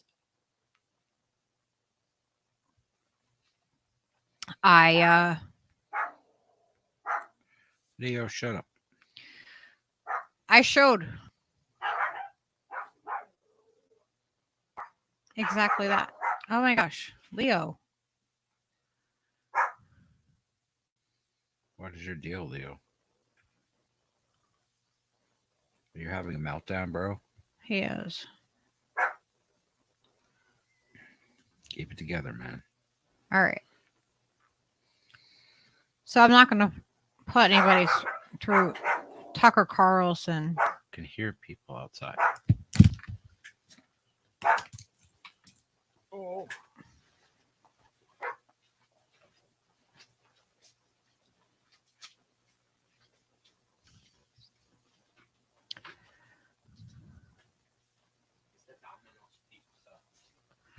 Somebody else is getting pizza, Leo. It's not for us.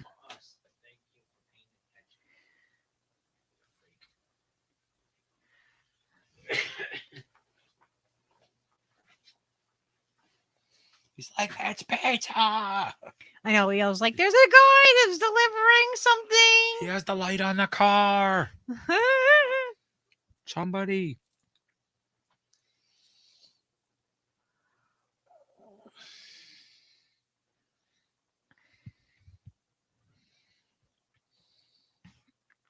So they're using this program. I don't know if you know if it's called a program. Like, I'm just calling it a program because it's like I don't know. You're programmed to call it a program. Well, so they're using this and they're saying, you know, this is a beautiful way out. This is the way, you know, for, you know, if you're poor, this is a choice for you. This is an option.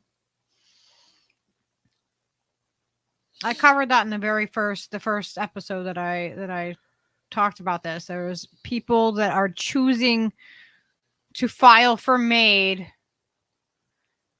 because they don't want to live in poverty, because they don't want to live on the streets, because they can't afford to have a place. And can you blame them? Angela, yeah. In today's episode of Please Don't Make Me Defend Tucker Carlson. Exactly.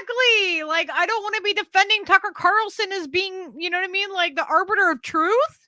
Really? Ew. Oh, That's not gonna wash off. well, whatever. I'm on the side of truth. Whether if it comes from him and he's the one telling the truth, and I have Yahoo freaking trying to say that it's you know what I mean, that it's not true, then that's who I'm going to call out. I'm calling out the truth no matter where it comes from and backing it up. All right. But yeah, I don't want to, like, you know.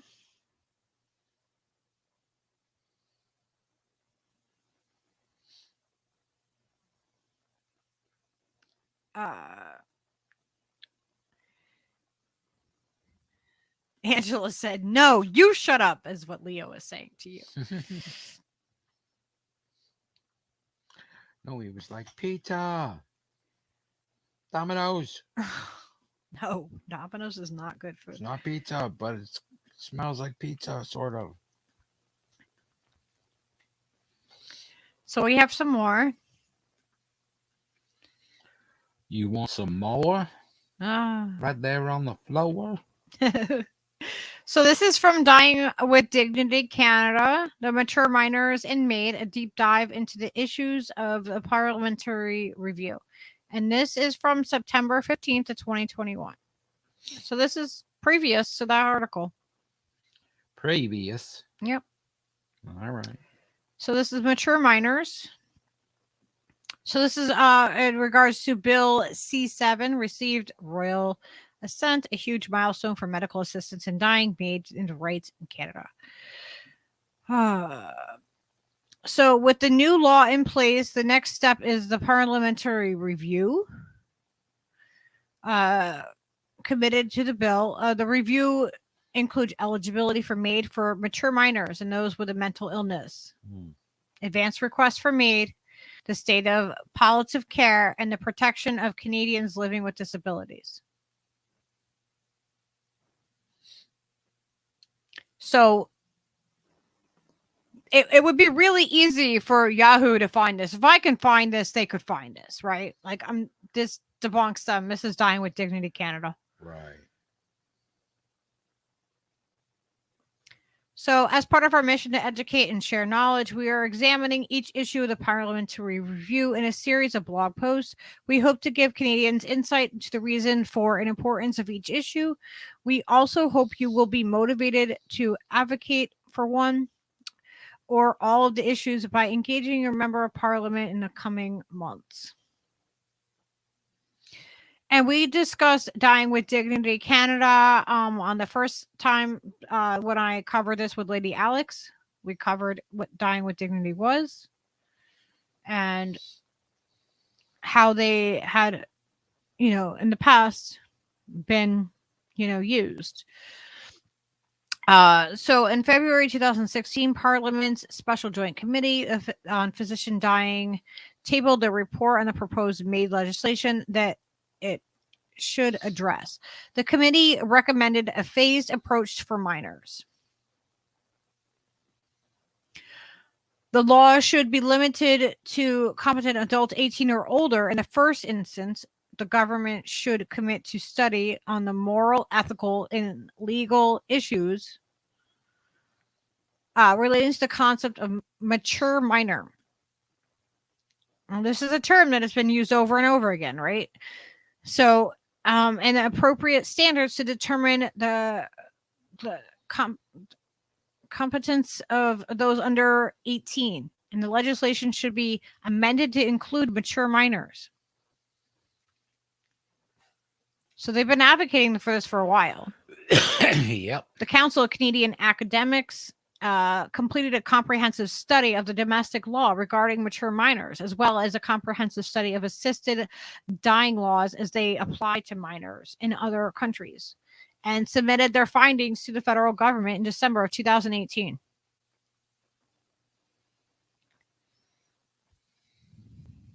In many jurisdictions across Canada, mature minors already have the right to make important decisions regarding their care. This includes the right to consent or to refuse life-saving medical treatment. I covered this earlier in the show. that, you know, they give them that right to refuse medical treatment. And determining any and who determines whether they're a mature minor? Where is the, you know, like, where is that? Does a doctor get to just say, no, I'm just gonna, I agree with your child? I mean, I know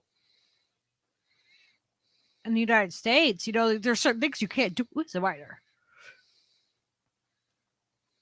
So if you can consent to dying, then why can't you consent to other things then? Is that what's going to be determined next? It really makes me wonder. So in determining any challenges to the presumption of capacity to make these decisions, the courts look at age, maturity, intellect, life experience, and the psychiatric and psychological and emotional state of the minor. They also consider whether the minor is able to understand the short and long-term consequences of their illness and proposed treatment, and the broader consequences of their decision, such as any impact on others. Okay, so I was a mature teenager. You know, I left home basically at 16. I was on my own. I was homeless. I went through a bunch of shit. Would I have made would I consider myself to be a mature minor? Yeah. But I wasn't most kids.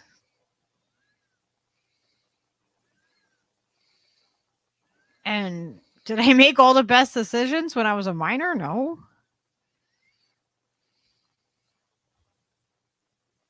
Not even all adults make the best decisions. That's a lot. It's a lot to put on a child.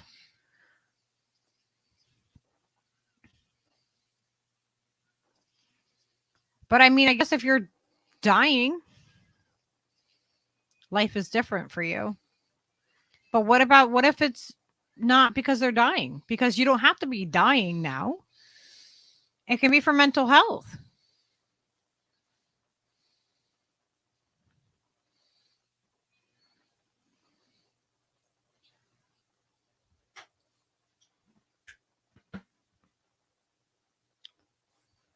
So they agree that existing eligibility requirement that the persons have a grievous and irremediable medical condition should apply to minors.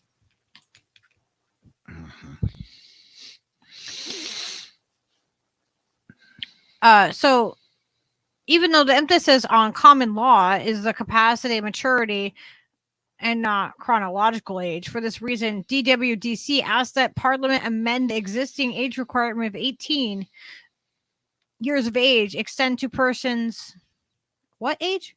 12 years. At least 12 years of age and capable of making decisions with respect to their health. 12. As with adults, there should be a presumption of capacity for these minors. It just isn't So alarming. you should presume that these minors possess a capacity. That's fucking crazy.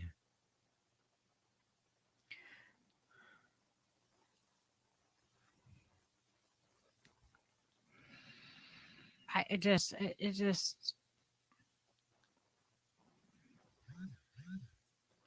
DWDC recommends that the informed consent of competent parents or guardian be required for eligible minors seeking MAID who are 12 to 15 years of age, inclusive, and that MAID assessors be required to consult a competent parent or guardian for eligible minors ages 16 to 17.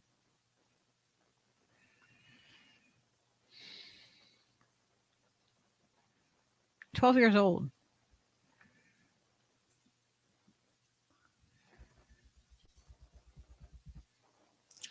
So what's Sydney Campbell have to say about it?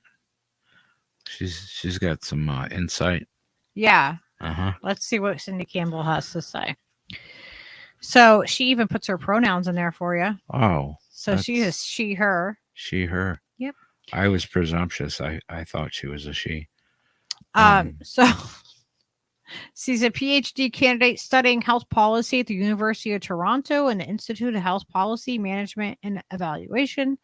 She's also completing collaborative specialization in bioethics through the University of Toronto Joint Center of Bioethics. That is a mouthful. Wow. Can you imagine being like, yeah. Sydney's doctoral work aims to generate normative and empirically informed evidence to advise the current and future policy discussions concerning MAID for mature minors. Her overarching research program aims to advance perspectives and dialogue on childhood well-being, children's rights, and young people's engagement in healthcare and policy spaces. Sydney's PH work is supervised by a strong committee of experts, namely Jennifer Gibson, Jeremy Petch, and Fiona Mula. That's an unfortunate last name. And Avram Denberg. And they're all MDs and PhDs and PCBs and THCs. And this is a controversial aspect of the parliamentary review. It's controversial, this part. What would you like the Canadian public to understand about expanding MAID to mature minors? And she said, one thing I would like the Canadian public to understand is that, like all health-related topics, there are a variety of opinions linked to the conversations about MAID for mature minors. The existence of these different perspectives should not result in an avoidance of the topic, because avoidance uncritically perpetuates the status quo of mature minors being ineligible for MAID. We wouldn't want that. Unfortunately, conversations about childhood death and dying are taboo, resulting in gaps in what we know about Canadians' perspective on MAID for mature minors, as well as conceptual gaps that need to be filled if we are to engage in policy reform. The large knowledge gaps on this topic were acknowledged in 2018 report released by the Expert Panel Working Group on MAID. The Expert Panel Working Group on MAID for mature minors, that's the title of the group. They couldn't come up with an acronym that was catchy enough, so they just went with the entire two-sentence name. Convened on by Council of Canadian Academies. One major gap is that young people have not been included in policy conversations about MAID, despite having a stake in the way that the current policy is written. This means we do not know what their hopes are related to this topic policy, and despite children having a right to be engaged in conversations that impact their lives, it is also important for the Canadian public to know that there's still a lot we do not know and must engage with young people and acknowledge that they are citizens with rights too. That's nice of them. If these kinds of conversations do reveal a shared interest in MAID for mature minors, there is still not a single policy option for how MAID legislation should be amended. We see this in differences between the Netherlands' current policy on assisted dying for children, where there is a minimum age criterion of 12 years of age, and in Belgium's policy on assisted dying for minors, where there is no age criterion. That's super for Belgium. Eligibility could involve extra restrictions for mature minors, such as restrictions on the types of illnesses that would be eligible. It becomes very important for decision makers to consider all the options regarding legalization and to consider the specific safeguards that are necessary and beneficial to put in place, while simultaneously weighing the rights and interests of young people. As others have said over the years of debate and dialogue on this topic, there are several reasons that we ought to try to ensure extra protections are in place for young people seeking to access MAID. But we also must remember that they have rights and voices too. It's a complex task. It's been said that a mature minor accessing MAID would be a rare occurrence. Could you share an example of when a mature minor might want to access MAID? So then they go into talking about in the Netherlands, assisted dying for children is being legal since the original legislation, which was implemented in 2002. Data from 2002 and 2015 has indicated that 7 children have had assisted death in the Netherlands. 7 children from when to when? From 2012 to 2015. Okay. So 13 years, 7 children. In Belgium, like half a kid a year. assisted dying for children has been legal since 2014, and data from 2016 to 2017, so a total of 3. These indicate there's likely a small number of young people that would be accessing this form of end-of-life care in Canada, but that number still represents real individuals with interests and needs. So I get that, and I get that if they are going to pass this, it should be that it shouldn't be the norm. Right. Should be fucking rare as fuck. And for very specific things, I'm not against the idea per se. I'm just against how it they're so wishy-washy about it. They fucking lied straight up. That Yahoo article just lied to what was really in place and what isn't in place. It was to stunt a real conversation about it. Right. Yep. Like, I'm not completely against anything, but like it really depends on this. It's circumstantial. Like it depends on the circumstance. I don't think they can any of this should just be broadly, like, you know what I mean? Just said. Legislated. It shouldn't just be broadly legislated. I think it should be like specific things, you know, and that makes it difficult for people in that position. But at the same time, there have to be safeguards. But now they're talking about mental health too. Just it can be just mental health. It doesn't have to be. See, that seems fucking like, you know, right on the border of what? You know, like, are you kidding me? So, Bob, you're just a little bit too crazy to stay alive anymore. You know, look at what they used to do. Fine? Look at what they used to do to people. They used to lock them up. The mass psychosis. They would lock them up. They called women hysterical. Yeah, man. Are you kidding me? For ages, they did things to different races of people that are just horrendous and just the most obscenely grotesque ways to deal with mental illness and these things that we're talking about.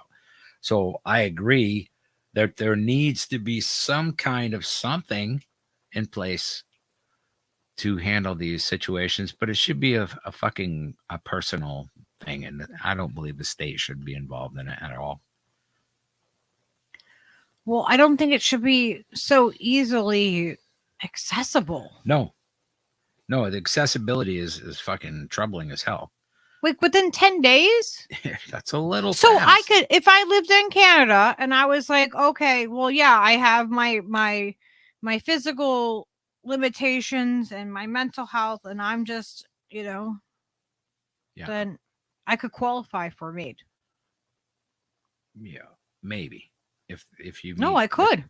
The criteria, aren't they really specific about certain illnesses and stuff? Didn't they just mental health and physical conditions? There's gentlemen, don't you remember from the first show that we covered, there was a gentleman that was gonna like end up being homeless. Yeah. And he dealt with very similar physical issues that I dealt with. Yep, I do now. And like it seems because I think in our brain it seems like it's far-fetched. Like it seems like that wouldn't that criteria, that it wouldn't be able to be so easy, but that's not the case. Yeah, that's also very troubling. And we look at this from a logical perspective. We're looking at this from a critical perspective. Not everybody is. Not everybody has good intentions either. Anthony Malaki. So that was to show that Yahoo is full of shit. That children are part of it. And that is on the Dying with Dignity Canada website.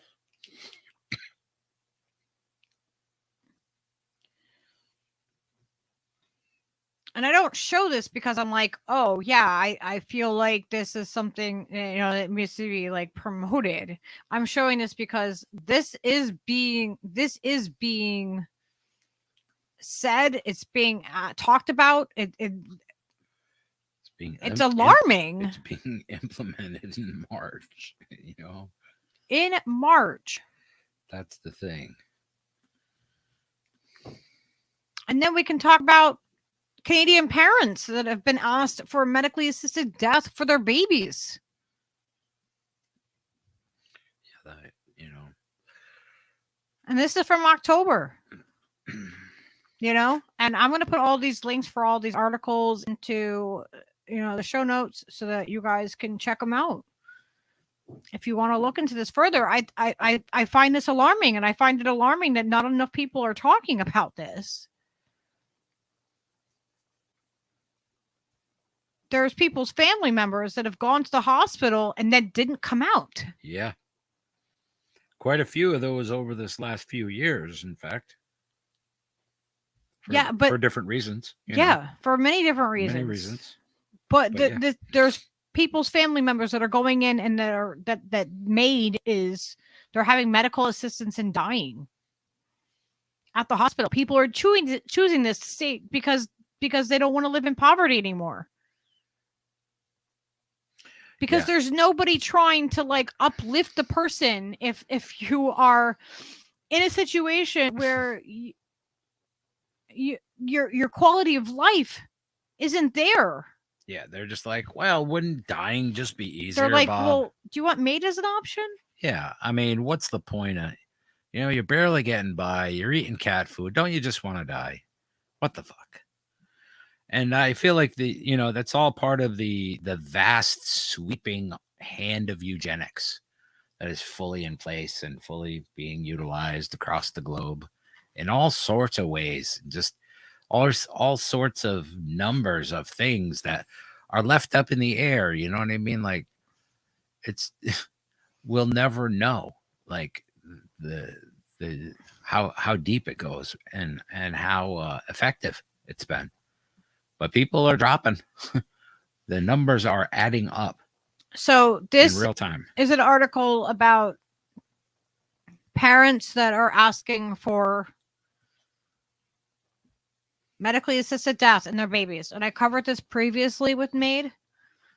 So I'm just going to drop the link so that, you guys can check it out if you want to see it. It will be in the show notes, but I'm going to put it in the comments in the YouTube chat. So this is just, I'm just backing up what I'm saying here. Yeah, I did not have that on my bingo card either, Angela. Or Australia for that matter. It's just what the fuck. So the next thing I have for you guys is oops, I hit the wrong button. Don't press the wrong button. It's 11:11. Ah! The whole place will go up in flames. So this is a Daily Mail article. Again, about MAID. This is from December 13th, 2022. So this is recent. A grieving father who lost his son to cancer in blistering attack on Canadian government as it considers offering euthanasia to sick kids. It's like telling them your life isn't worth living.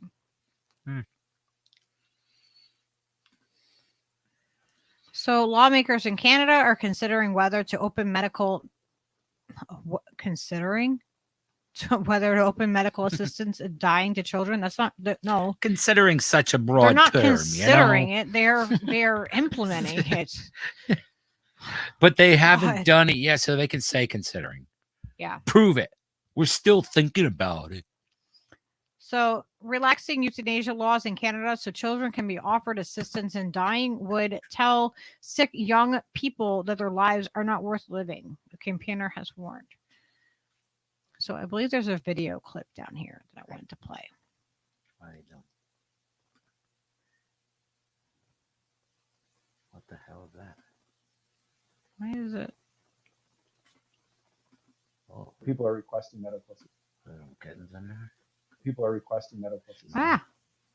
All right, hang on. Let me mute us. This maniac.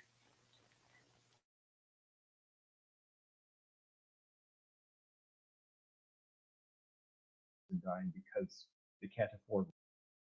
People are requesting medical assistance and dying because they can't afford rent or they can't afford basic medications for things like knee pain or joint pain and things like that. And instead they're like, it's easier just to die than get the proper medication or help that I want. So I'm going to request MAID. And those requests are being granted. And that's, I think, the part that is really causing a lot of alarm. We are living in a time where while we've made all those strides, we're going to make it easier and easier and easier for people who have suicidality and those expressions towards just ending their life.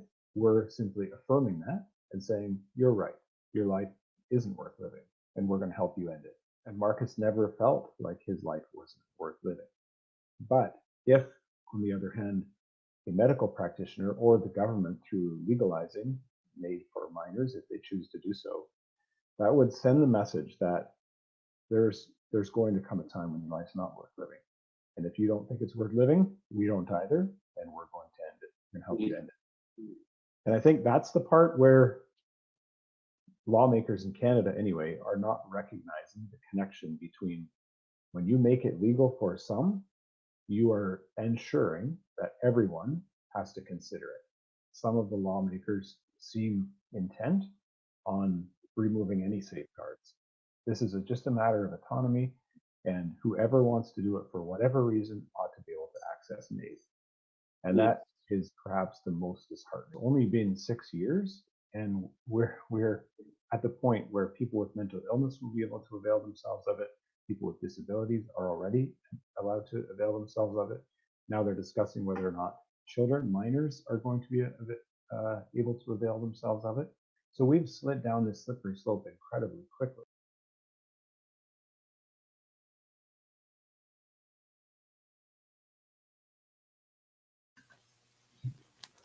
I thought that he had a really interesting perspective with that. The father, because why is it playing? Okay. Because when you consider it, he says when you consider it for a select few, you're really asking everybody to consider that. And you're telling the children, like, well, maybe one day your life isn't worth living. But of course you don't want them to suffer. That's why it's incredibly fucking delicate and personal thing.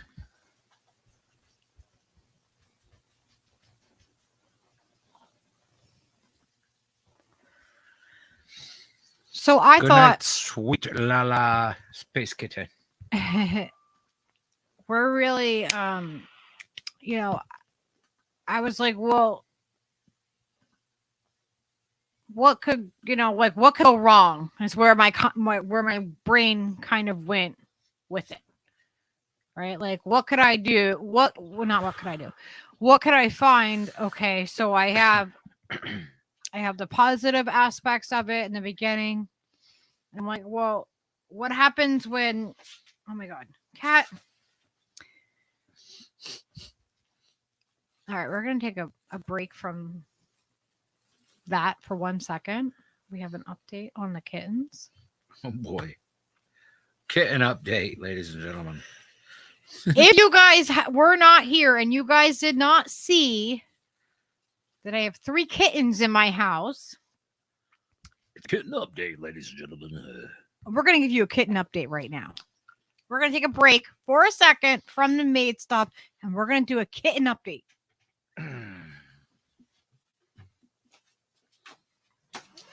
Kitten update. Oh, I wish I had a box full of kittens. I play with them all day long.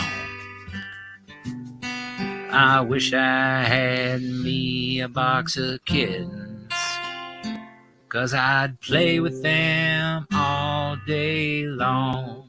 Look at those toe beans. Look at them toe beans on that kitten.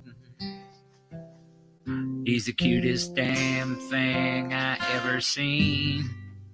Oh my God, there's 3 of This is the one that keeps them on hissing. TV. Ain't they the cutest goddamn motherfucking kittens you ever seen?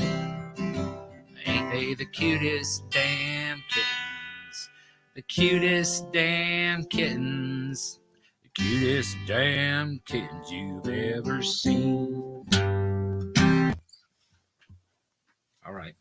Oh, wait, I gotta show the other one. Oh. And their little nails stick to my hair like Velcro.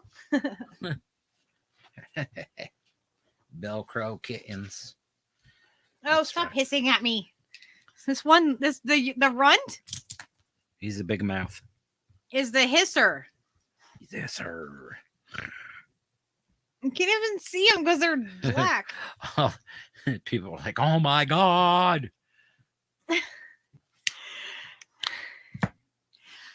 Wolf dude, these guys are not staying. So That's the cutest damn kittens. And they're very photogenic. I just stare at you with these big eyes. Oh, stop hissing at me. Yes. Yeah, he's hissing. I am the night. I am the blackness. Or can I put they're so tiny. Put him in front of the light over there so his little I know. Hang fur on, baby. shines. Hang on. Wow, he's so mad. He said, I will kill you. I hate you. I love you. I hate you. This is Val's kitten. This kitten is going to be living next door to me. So I get to see this kitten whenever I want. He's like Boots. He got the boots. Got boots and a rock and roll vest. And then Looks like. Yeah. this is the medium-sized kitten. How do you want your kitten? You want small, medium, large? We got extra medium. Extra medium with boots. And this is the hisser one. I don't want to make it move because it's being quiet. So these kittens, yeah, they'll fight me right now, Angela. So These kittens, they will. Like, I will kill you. I kill you now. I bite you and I scratch you and I kill you. oh, they're so cute. All right. So they were found. My neighbor. They are evil. Stephen Wolfcraft said. Clearly, they are evil. Evil kittens. Evil kittens of destruction. They've been using their litter box. Good boobies. I have to clean that litter box. So they are not our kittens. They're not staying here. Not at all. One of my neighbors sent me a text today like, I'm not home, but our other neighbor that was on their way out for an appointment, there's kittens and this is where they are. And you know, it's freezing outside. We're in Connecticut. It's cold. It's wintertime. It's oh my gosh. Yep. So I go over and I find all 3 of them. And Steve and I was like, oh my gosh, there's kittens. Steve goes, don't you dare bring them inside. Don't bring them to our house. Yeah. She's like, oh, there's kittens out there in a planter or something. I'm like, don't bring them back to the house. She brought them back to the house. What was I going to do? Leave kittens outside to freeze? Because Steve said no? What? She wants to know if she can come right now and pick them up. Of course. What? Why not? Yeah. Now? Right now. Right now. No, I'm in the middle of doing a show right now. Well, I can help her do it. Yeah. You know, I can play a song or something if that's a problem. No, if you're not done.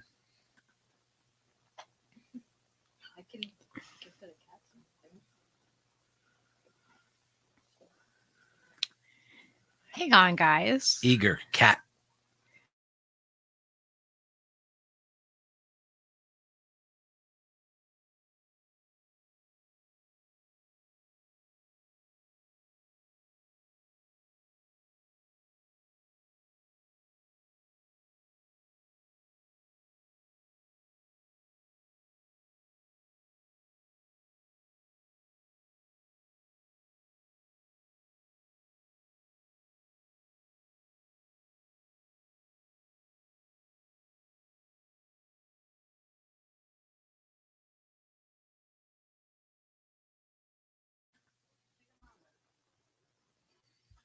Yes. So I think we'll do that tomorrow.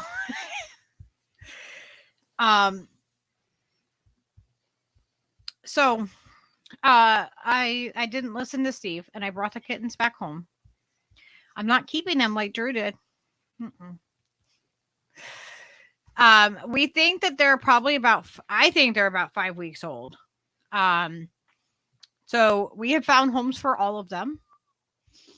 2 of them are going to somebody that is looking for kittens and wants to come and get them like tonight, like right now. I'm like, okay, we can wait until tomorrow at least. Let these guys at least settle in for a little bit. They've been outside. You know, make sure they're eating and comfortable, and then tomorrow we'll separate the bundle of them up. Yeah, they are really super tiny. They're really lightweight. Like compared to like Leo, they look so tiny compared to Leo, and Leo's like 7 pounds. So No, we don't drown them, Norman. We send them off to other houses to live.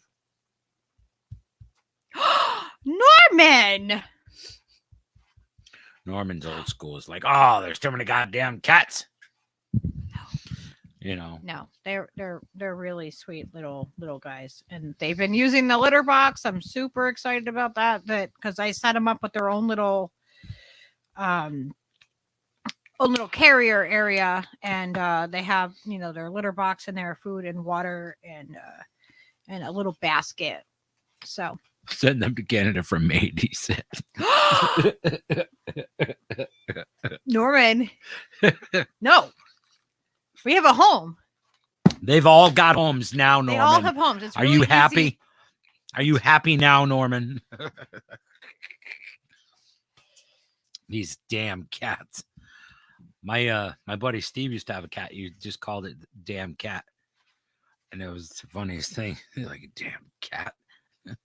Like, why are you being so mean to your cat? No, that's his name. What? Damn cat. So oh shit, that's funny. That was a kitten break. We did a little kitten break.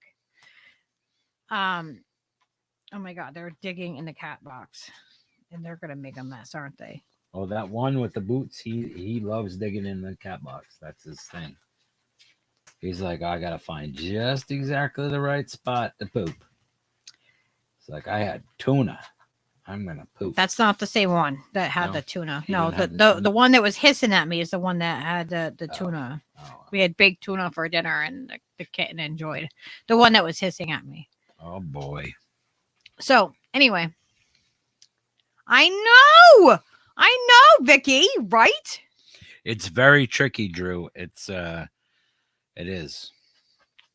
We should Zoom some guitar. Yeah, we're not talking about guitars. So today we're talking about maid and kittens. Yeah, not necessarily in that order. Yeah, no, and we're not going to maid the kittens, Norman. And we're not mating the kittens, Norman. No. Nor are we putting them in a sack and drowning them in the gut. I adore Norman. Absolutely adore him. So, Norman's like, I've never blocked Lucky. He says that. Well, you've never offered to drown his kittens before either, so I don't know. I'm not harming the kittens. Okay. So, back to the medical assistance in dying. Sorry, I do have quite a bit of information for this show. I did a lot of research. So this is an op-ed. It's Where Canada you going, dude? for MAID and how it equals a torturous death. So in the beginning, they made it seem like, you know, you can have this peaceful end of life. What is happening? Nothing. He just keeps trying to get underneath the thing. So, hey, people, it's bonkers. The face of the third. They can't even see him. Oh, I thought they could. It's like, hey,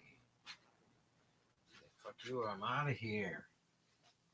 I have everything to do. He wants to get in the kitten's cage. Well, not their cage, but their little like pop-up carrier.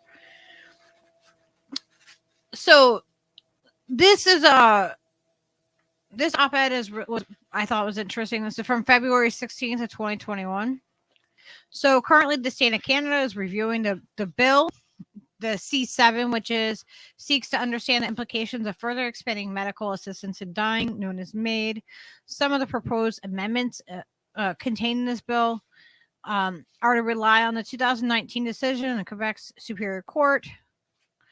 As a Canadian physician and anesthesiologist working in the United States, this debate is of interest to me. I was a witness to these Senate hearings because I'm an expert in the opposition to lethal injection. The most common form of execution in the U.S., to be clear, my expertise is relevant to MAID, not because it is considered akin to the execution of prisoners. It is in essence, but because the pharmacological and medical methods used are quite similar. So, most often, death by lethal injection is rather a bloodless event. Witnesses can't see much. I speak from experience. I was a witness to an execution as the request of an inmate since I had been an expert in his legal defense, and the death appeared peaceful. So Little mentioned this earlier, and I said I was going to get to this because my perception of this changed, however, when I was given a file of autopsy reports on inmates executed by lethal injection.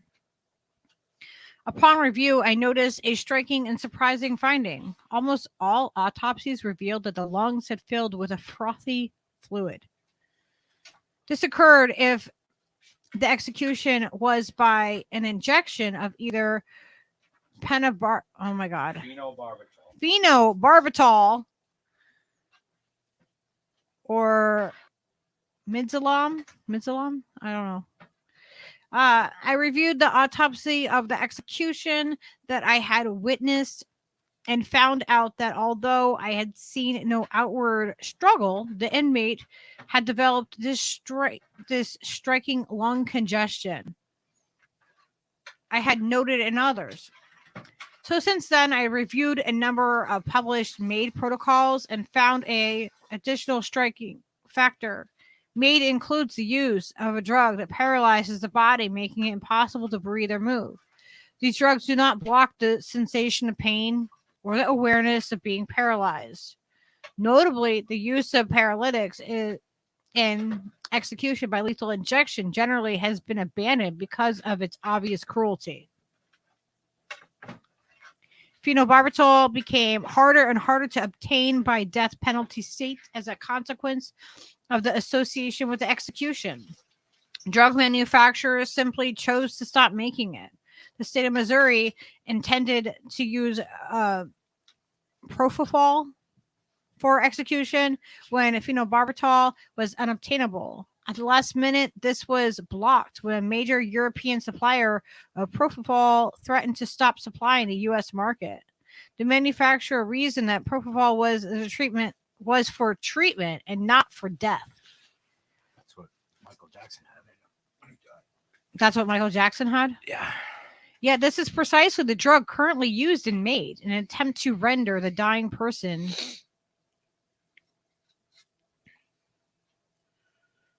insensate. Am I saying that right? Insensate. As an anesthesiologist, I have injected propofol. Am I saying that right? Propofol. Propofol. Okay. I feel like I'm stumbling over my words, and that word propofol sounds like I'm stumbling over my words. So I have injected propofol into thousands of patients. Very commonly, patients complain of a burning sensation. I learned to block this painful sensation with a prior injection of local anesthetic. MAID uses a dose 10 times greater than I would use in the operating room. Where are you going? Like phenobarbital execution, propofol will likely burn its way through the lungs and cause the frothy fluid accumulation seen in lethal injection. The experience of this will be akin to death by drowning. Waterboarding, widely understood as torture, creates the same effect. The injection of a paralytic after the propofol will make every death appear outwardly unremarkable, and according to MAID proponents, even beautiful in its peacefulness. Canadians who choose to die by MAID must be informed of the real possibility that death they experience may be very different from which it is described by MAID advocates.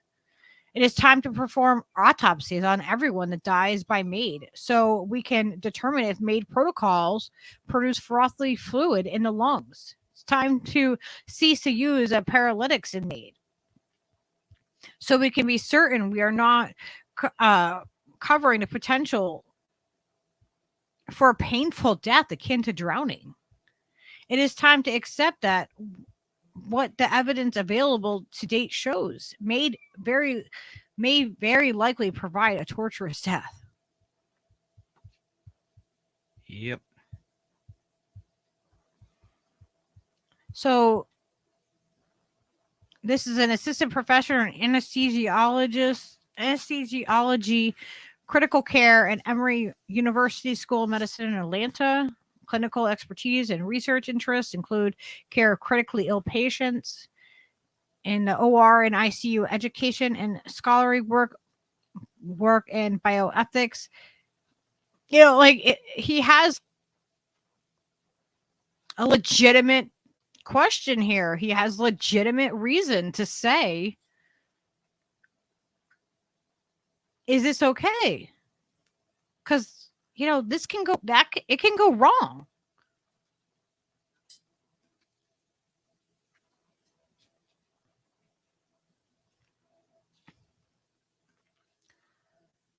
Because we know that there's botched executions.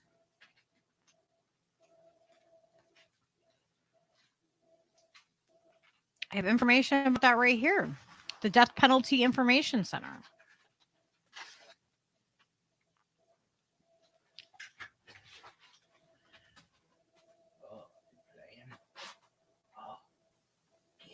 Are the kittens playing? Yeah.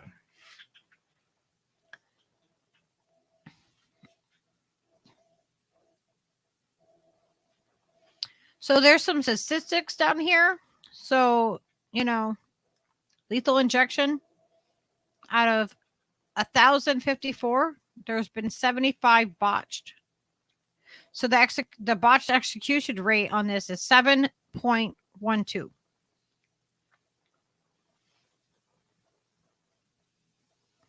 This will be available in the show notes if you want to go through any of these, you know, Death Penalty Information Center stats. So, I mean, it just shows that it can go wrong.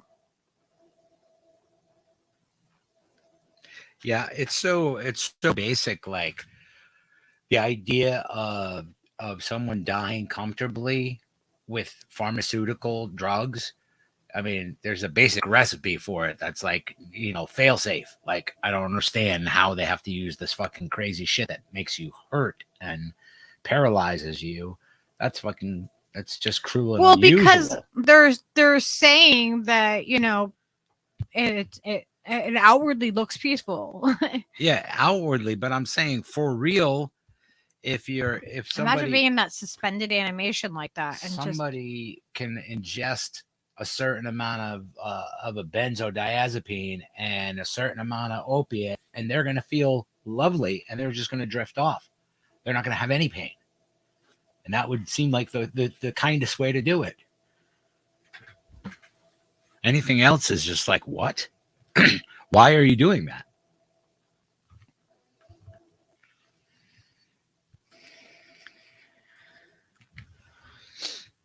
You know, you got between eating that big fat couple Xanny bars or whatever, and fucking 15 minutes later, you can say goodbye. You have 15 minutes, you know, and you're gonna feel comfortable and be calm.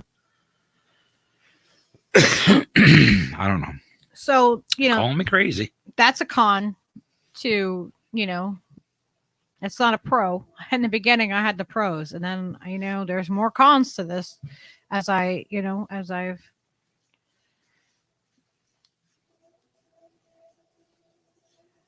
through it. Little said, fire over your whole body is how it feels. I know this because I almost died from too low, and they had to shoot me up with enough to kill a level person, and had heard similar testimony. Oh my God. Yeah, it doesn't, you know what I mean? It's like, I've lost so many friends to opiate addiction and accidentally doing what I just said. You know what I mean? Like, it's why don't the doctors just have a thing like one little, I don't understand. It doesn't make any sense. Like, why do you have to make it like be horrible instead of just being, you know? Well, we talked about you know, within the heart. United States, the dying with dignity jelly, and here you have to be able to take the meds yourself. Yeah. In Canada, it's different. Theirs is very different, and yeah, there's just this. It seems like, you know, things are just going a little bit too far, especially when this kind of thing is happening with vets. Yeah. A Paralympian trying to get a wheelchair ramp says Veterans Affairs employee offered her assisted dying. Imagine being offered assisted dying. A group of medical experts are calling for delay on expanding assist. That's very. I'm going to mute us so I can play this clip and show you guys this. I mean, it just keeps getting... It's just more and more. It's like the rabbit hole of this has just been astronomical. Like, I'm blown away.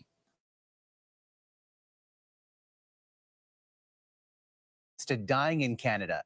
Next March, a person whose sole medical condition is mental illness will be able to end their life with the help of a doctor. CTV's Adrian Gobriel reports. The debate over a doctor-assisted death in Canada is poised to reach a new polarizing point. We have a shortage of psychiatrists, and so, you know, we don't want this to come into play March 18th. That's when the next phase of Canada's Medical Assistance in Dying program, also known as MAID, begins. We would just like it to be slowed a little more to ensure that we've accounted for all of the nuances. Valerie Taylor is one of 17 lead psychiatrists from medical schools across Canada to sign this letter asking for the federal government to hit pause. Recommendations include strengthening public education on suicide prevention, access to mental health, and addiction care pathways. I was the first MAID provider outside of Quebec when I provided in February of 2016. Dr. Ellen Weeb has assisted in ending the lives of approximately 430 Canadians. Only one patient in Canadian history with a mental illness has been granted permission by the courts to choose MAID. Dr. Weeb provided the provision that ended that woman's life. There was no question that I believed she had unbearable suffering.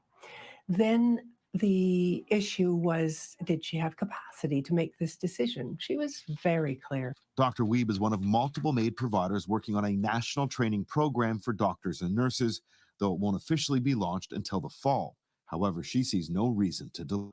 If I don't do a good job of assessing somebody for MAID and then provide that MAID, I can be charged with homicide. I'm going to do a careful job. The Association of Psychiatrists claim they still want to see the program move forward. They just don't believe that the provinces or the federal government are ready for the rollout. Adrian Gabriel, CTV News, Toronto. Are you ready for the rollout? Are we ready for the rollout? Sorry. I don't know, man. These stories are fucking insane. Yeah. It's crazy, crazy, crazy. And this is from December 2nd, 2022. 2022. This is quite the year. Quite the motherfucking year. You thought 2020 was good. What are you barking at, Leo? Leo, settle down. So, a veteran and former paramilitary Olympian told a parliamentary committee on a caseworker from Veterans Affairs Canada, VAC, offered her medical assistance in dying. A week after the Veterans Affairs Minister confirmed that at least 4 other veterans were offered the same thing. They're not offering people assistance and help. They're offering people MAID. This is their solution. If you watched the last episode where I covered the blue whale with Ricky Rentz, then you'll know they're glorifying it. They're making death like this beautiful thing. Even the department stores in Canada. Oh, death has been romanticized for centuries. It has been romanticized. You're right. Centuries. So everybody loves a good story of death. Retired, I don't know if that's Corporal Christine. Good night, Angela Sangster. You're absolutely right. They need to bring back Terrence and Phillip on the South Park and goof on this story because for all that's right in the world. So this veteran was trying to get a wheelchair ramp installed in her home for the last 5 years. Testified on Thursday that a caseworker told her that they could give her assisted dying, even offered to supply the MAID equipment for her. That's so kind of them. I was completely shocked and in despair, as she told CTV Power Play on Friday. It is remotely just what they're doing, exhausting us to the point of no return. Wow.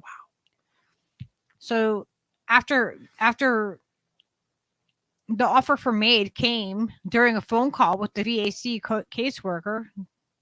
So the veteran, it's basically Veterans Affairs of Canada, where she was describing her deteriorating condition. In 1989, she suffered permanent damage to her knees and spine after jumping into a deep hole while training on an obstacle course. It was just getting too much and unbearable.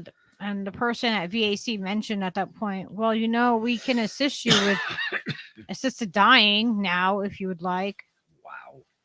And I was just shocked because I was like, are you serious? Like, that easy? You're going to help me die, but you won't help me live? You can't help me with the fucking ramp, but I can die. She completed the 2016 Paralympic Games and then 2016 Viculus Games and the canoeist. I don't even know. She told the committee that she sent letters detailing experiences to the Prime Minister Justin Trudeau and the Veterans Affairs Minister. And they said they're taking the issue very seriously, while adding that they provide advice on MAID is not a VAC service. So, you know, they're just, you know, just giving information. Blame Canada. Yeah. So our employees have no role or mandate to recommend or raise it. Considerations for MAID are the subject of discussions between patient and their primary care providers to determine the appropriateness of each individual context. That's what they say. That is what they say. Trudeau called it absolutely unacceptable.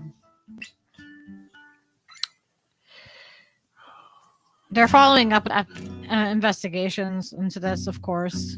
That's what they're going to say. Yeah. But she wasn't the only person that was offered this. See, like at least four other instances of maid offered to veterans. Right here.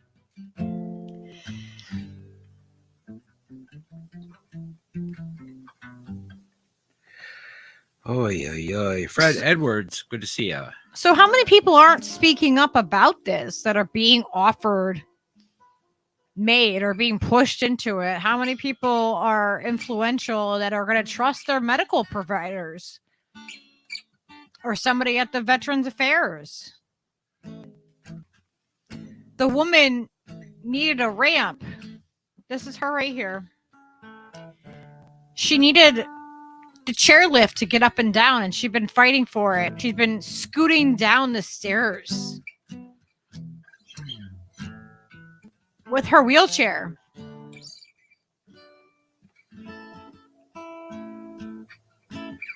This is how they're treating their vets. This is how they're treating the people. They're not offering them assistance. They're not offering them anything.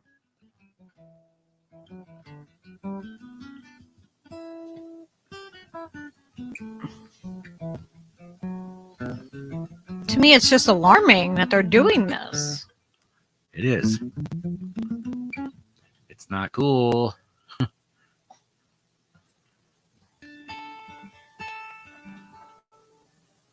All right, I have a video to play. No, I need to audit first so you guys can see it. So this is a little video clip. We're gonna be wrapping up soon. We don't have too much more here, but I really felt like this is really important to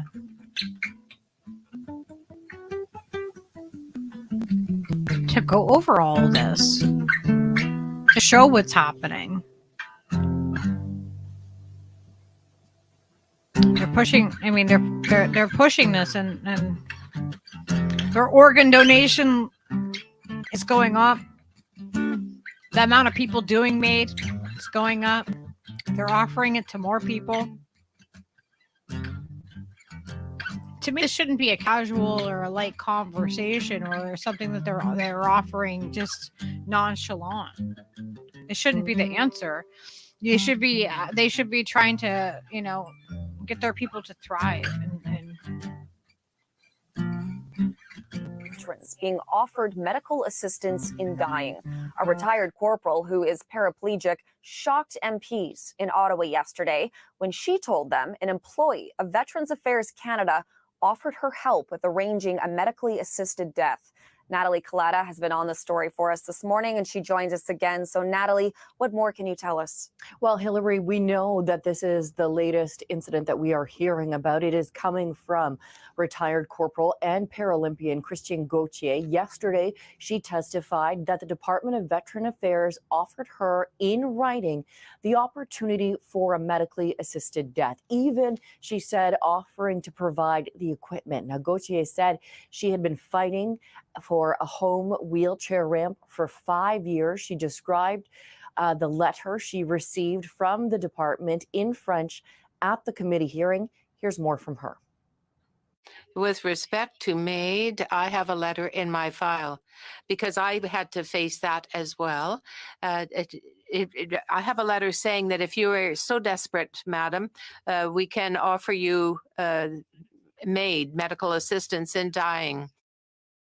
Now, Gauthier did not say when the offer was made to her, but she did agree to provide the committee a copy of the letter. We do know last week the Minister of Veteran Affairs told the committee that there were 4 or 5 veterans who had a similar experience and were given the MAID option. The Veteran Affairs, the department there, could not confirm whether the incident was new or already being investigated. One of the ones already being investigated. What we do know is that the Veteran Service agent who allegedly provided the advice has been removed from her post while both the department and the RCMP investigate. But as you can imagine, this has really created quite a lot of conversations and talk within the government, including all the way up to the Prime Minister.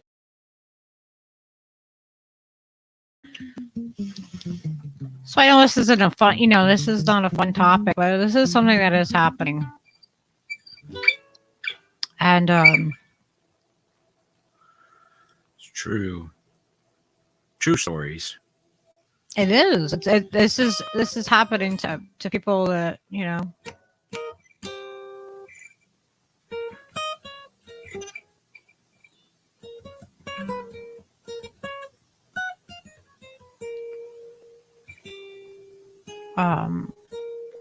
this is from June 7th of 2022. I'm gonna have to mute us for this one here. I'm gonna show you guys.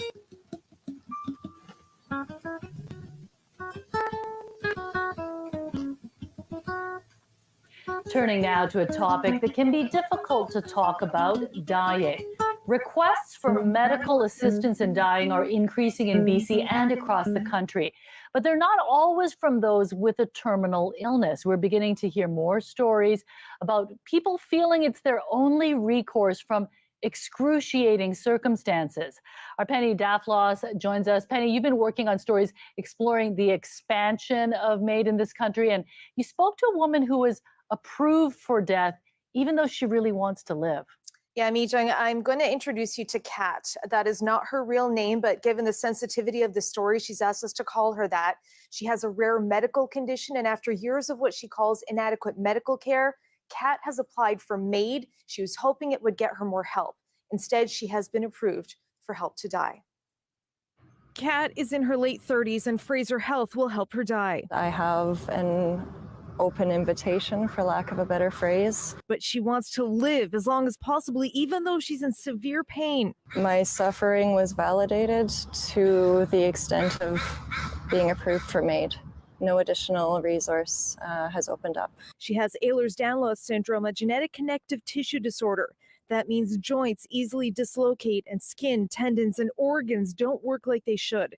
For Kat, walking is difficult and even sitting is painful. I know the system well, and yet I haven't been able to navigate and ascertain the resources that I need. EDS is a rare disease with no cure and few treatment options. She does not have a family doctor, and though she's seen dozens of specialists, Kat believes BC's public healthcare system is not set up to care for people with complex and rare illnesses, also living in poverty. I can't afford the resources that would help improve my quality of life. Initially, medical assistance in dying, MAID for short, was only approved for Canadians with terminal illnesses.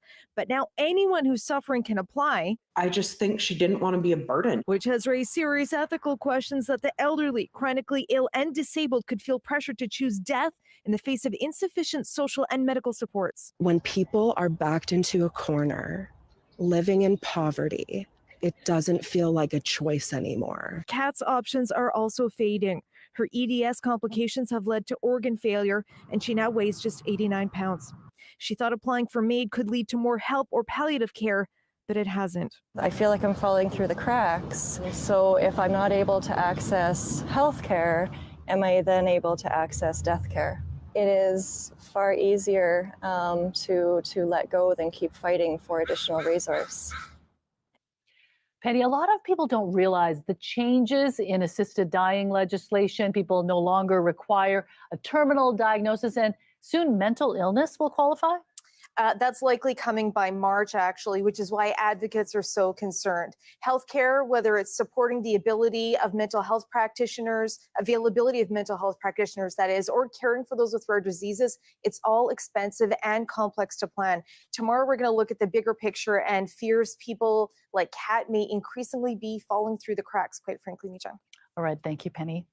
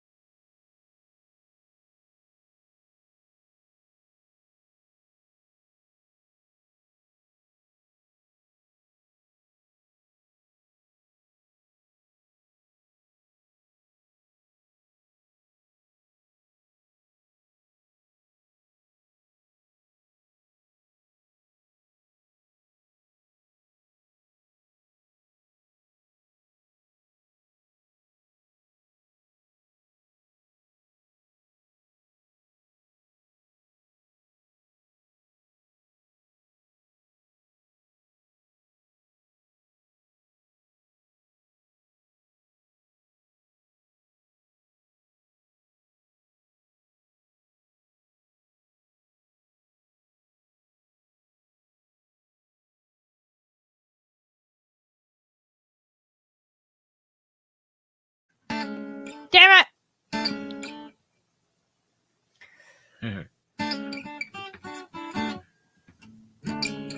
Thank you for telling me, gamer. I'm glad I noticed that. Oh god, I'm usually really good at it.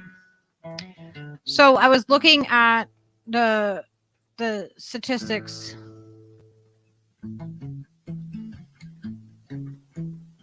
And the suicide numbers. So let me pull it back up.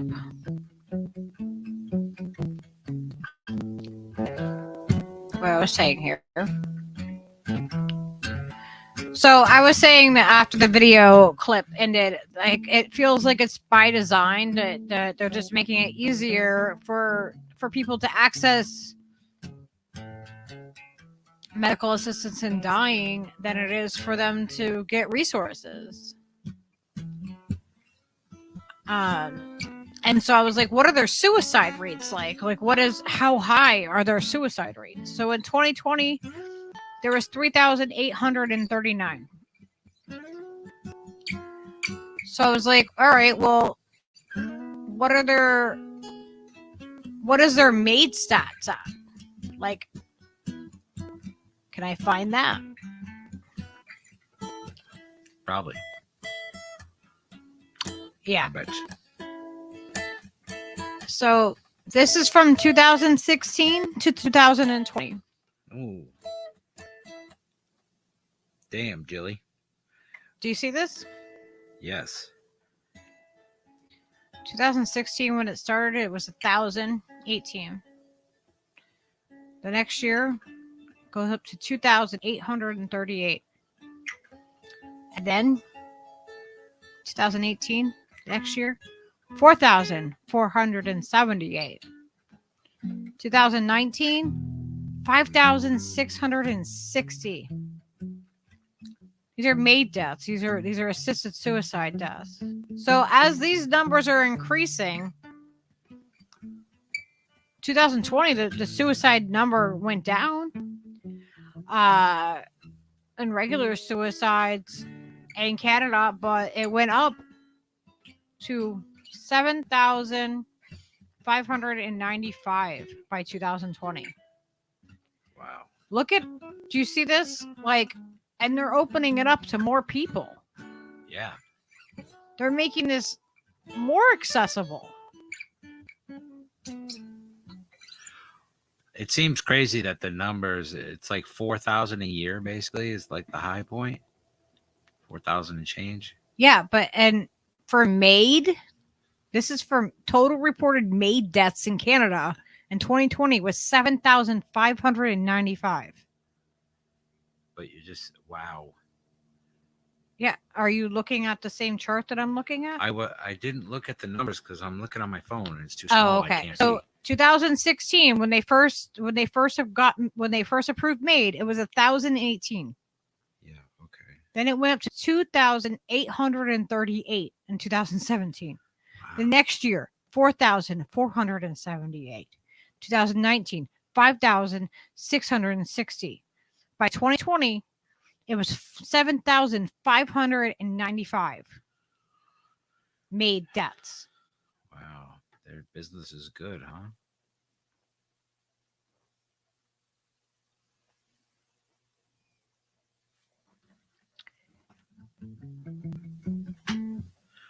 Pretty good business out there in Maidland. Yeah. The numbers are, it's alarming.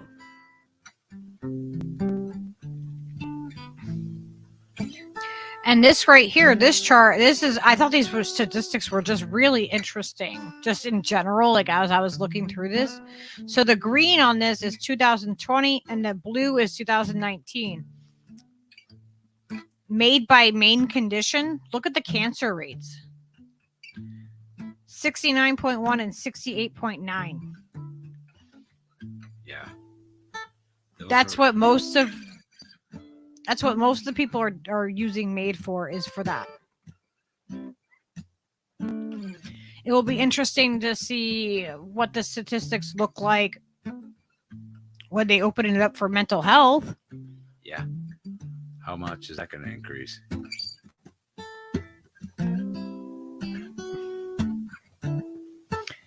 And then I thought this was so interesting. And I have the type of cancer. The biggest one was lung cancer, 24.2, colon, pancreas. I mean, it goes. And this is for MAID specifically. Neurological conditions. ALS, 35%. 35.2 in 2020. Then other neurological conditions was 33.6. And there's Parkinson's, MS, progressive SBP.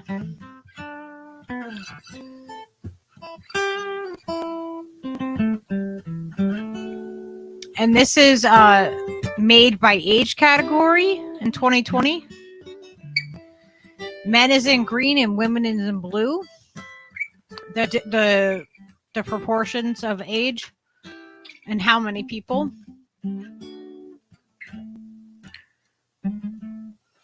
And I'm like, wow, from starting at 56 to 64, look at how high that is. 1,045 people were between 56 and 64. 51 men, 49 women. Like, that's just alarming to me. That's young. It is young. It's crazy just how quickly those numbers just increase. Like, what the fuck? Really open up the floodgates, you know? Chart 4.3, nature of suffering for those who received MAID in 2020. Loss of ability to engage in meaningful activities was 84%. Mm-hmm. Loss of ability to perform activities of daily living, 81%. Inadequate control of pain or concern was 57%. Loss of dignity, 53%.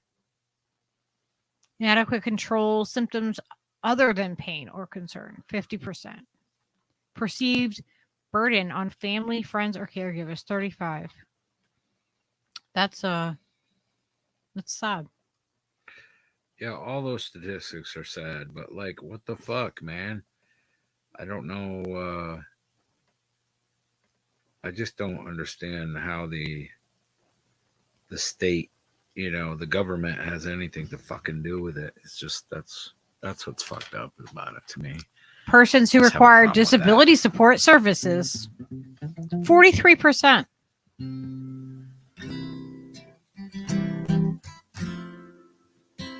So people who require disability support services, the number for people who received MAID is at 43.6%.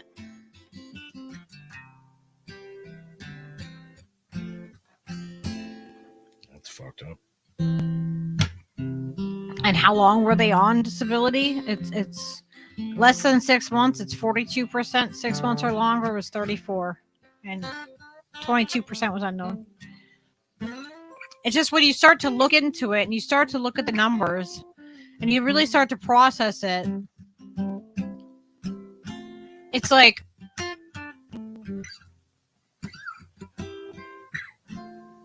it becomes even more alarming that it is financially motivated. It's cheaper for them to give you death care than it is for you to give you health care. And this is in a country that country has health care. Yeah, it is. Like, what the fuck? They got health care, they got death care, whatever you need. Yeah.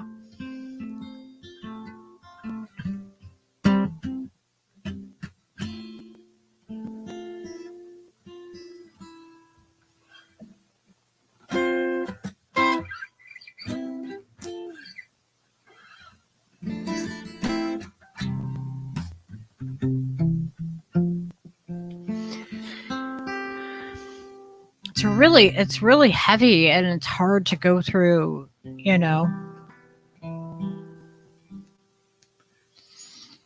It is heavy.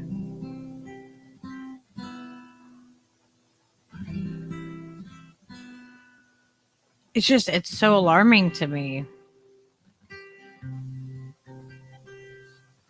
that it just all seems just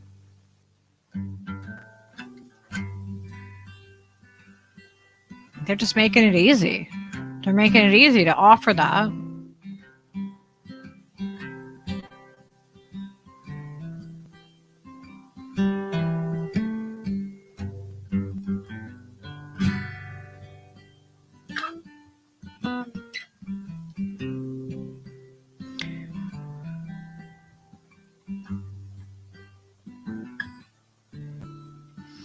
And I'm gonna in the show notes. I'm not gonna go into all of it, but there's organ donation and transplant numbers, and there's just statistics there.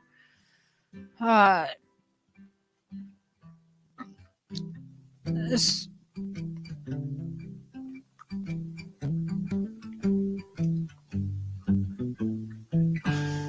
I tried to be thorough and try to, you know, put every bit of information that I could together, but this has already been going on 3 hours. It has. It's been a long show, but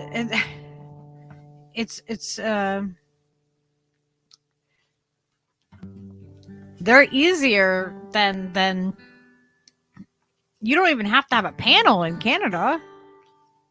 2 people can sign for it. Yeah, whichever 2 people.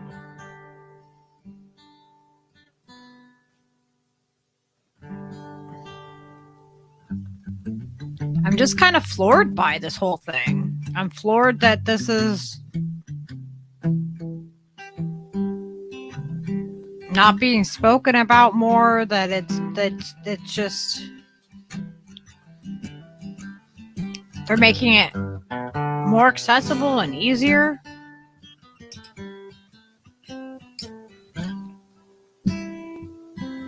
And who does it benefit?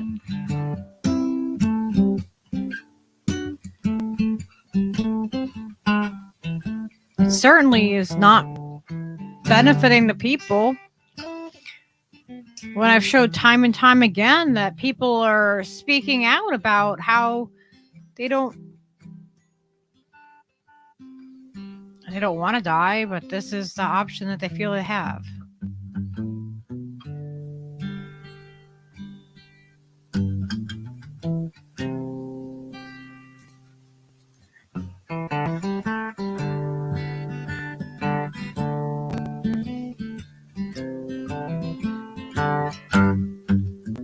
It always comes down to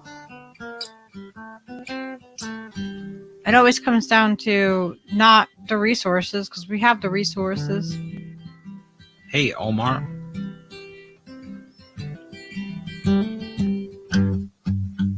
We have the resources to help people. But we're prevented from actually helping people when capitalism is the ruler.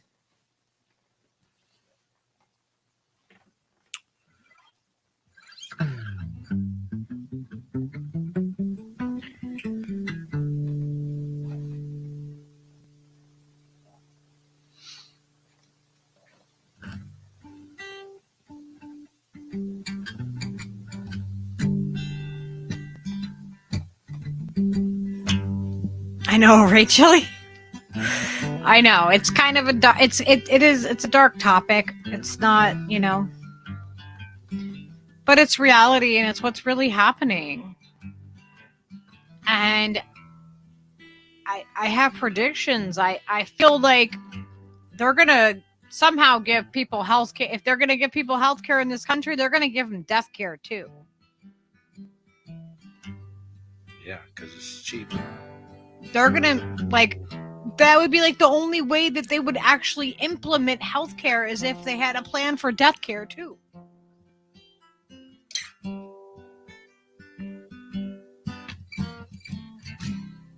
And I'm not saying that people shouldn't have their own free will and their own free choice. And I don't think people should suffer.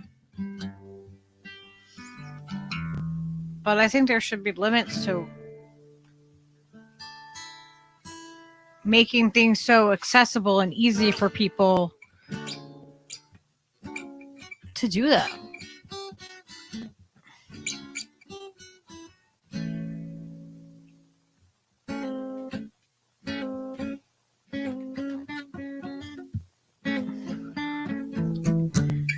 I don't know.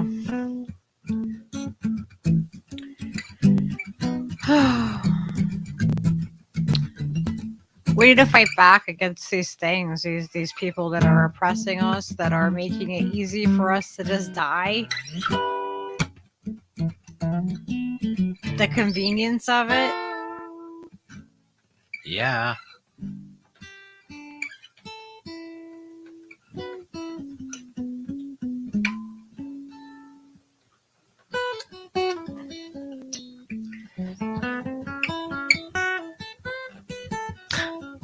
Who wants to bet that we'll have death care in the United States before we have health care?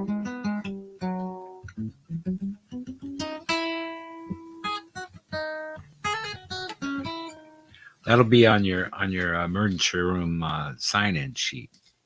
You know, it's like, do you want to wait in line and be called in the order that you came, or you just want to sign up for the quick emergency exit? You know what I mean? You can. It's like We already have death care. We just don't have the assisted death care. Well, yeah, this will be fully automated. You just get in the closet and you're gone. They process you, put you in a little baggie. Your friend come down, just pick you up out of a soda machine or whatever it is. You know, that's what they'll do.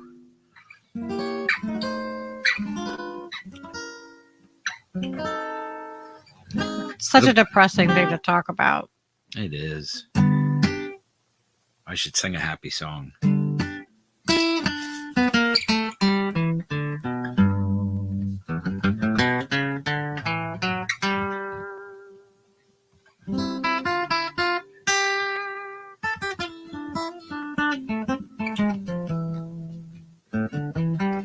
Neville, get back here.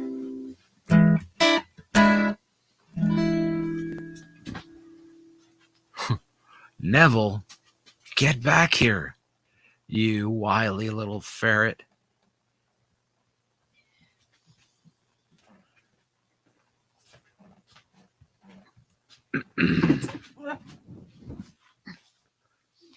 I decided that it's time for a kitty cam. Kitten cam. Oh, hi. Oh, hi.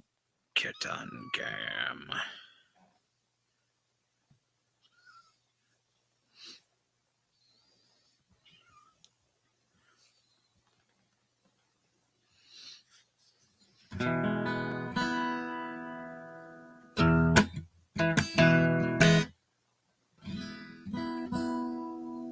Can you turn on my guitar a little over there? Just put it on like 1.5.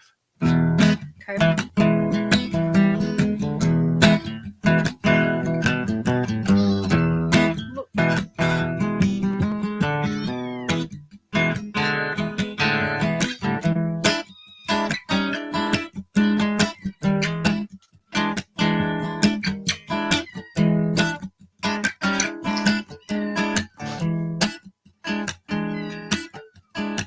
Broken line, broken strings, broken threads, broken springs, broken idols, broken heads, people sleeping in their broken beds, and ain't no use jiving, ain't no use joking. Everything is broken, broken bottles, broken plates, broken switches, broken gates, and broken dishes, broken parts. Streets are filled with broken hearts and broken words never meant to be spoken. Everything is broken. I said every time I stop and turn around, someone else will just hit the ground on a broken cutters, broken saws, broken buckles, broken laws, broken bodies, broken bones, broken voices on it, broken phones. And take a deep breath, it feels like you're choking. Everything is broken. Well, every time you leave off and go off someplace, someone comes around, take my place. And broken hands on broken plows and broken treaties, broken vows, broken pipes and broken tools, all the people they be bending, all the broken rules, and the hound dog howling, bullfrog croaking. Everything is broken. Everything is broken. Everything is broken. Every time you stop and turn around, someone else does hit the ground. Broken cutters, broken saws, broken buckles, broken laws, broken bodies, broken bones, broken voices talking on broken telephones. And take a deep breath, it feels like you're choking. I said everything is broken.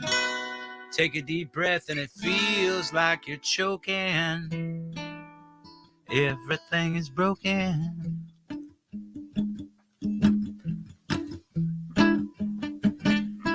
Thanks everybody for hanging out.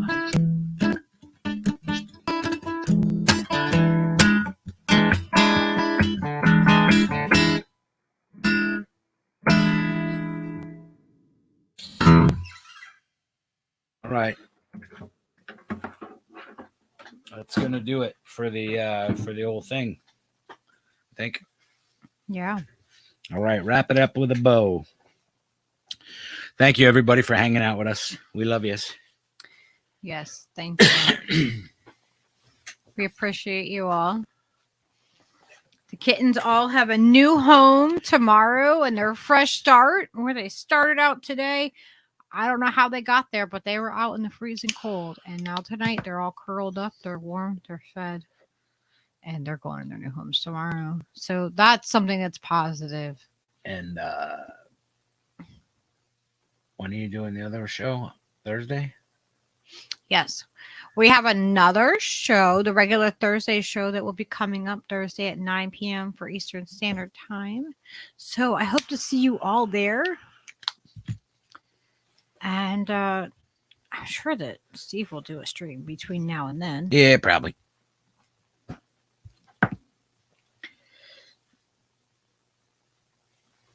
What is happening? Oh my God. What are you pointing All right. We love you guys. Love you guys. Okay, good night, everybody. Thank you for watching. Hit the like wherever you're watching it from. Hit the like button on your way out. Thank you.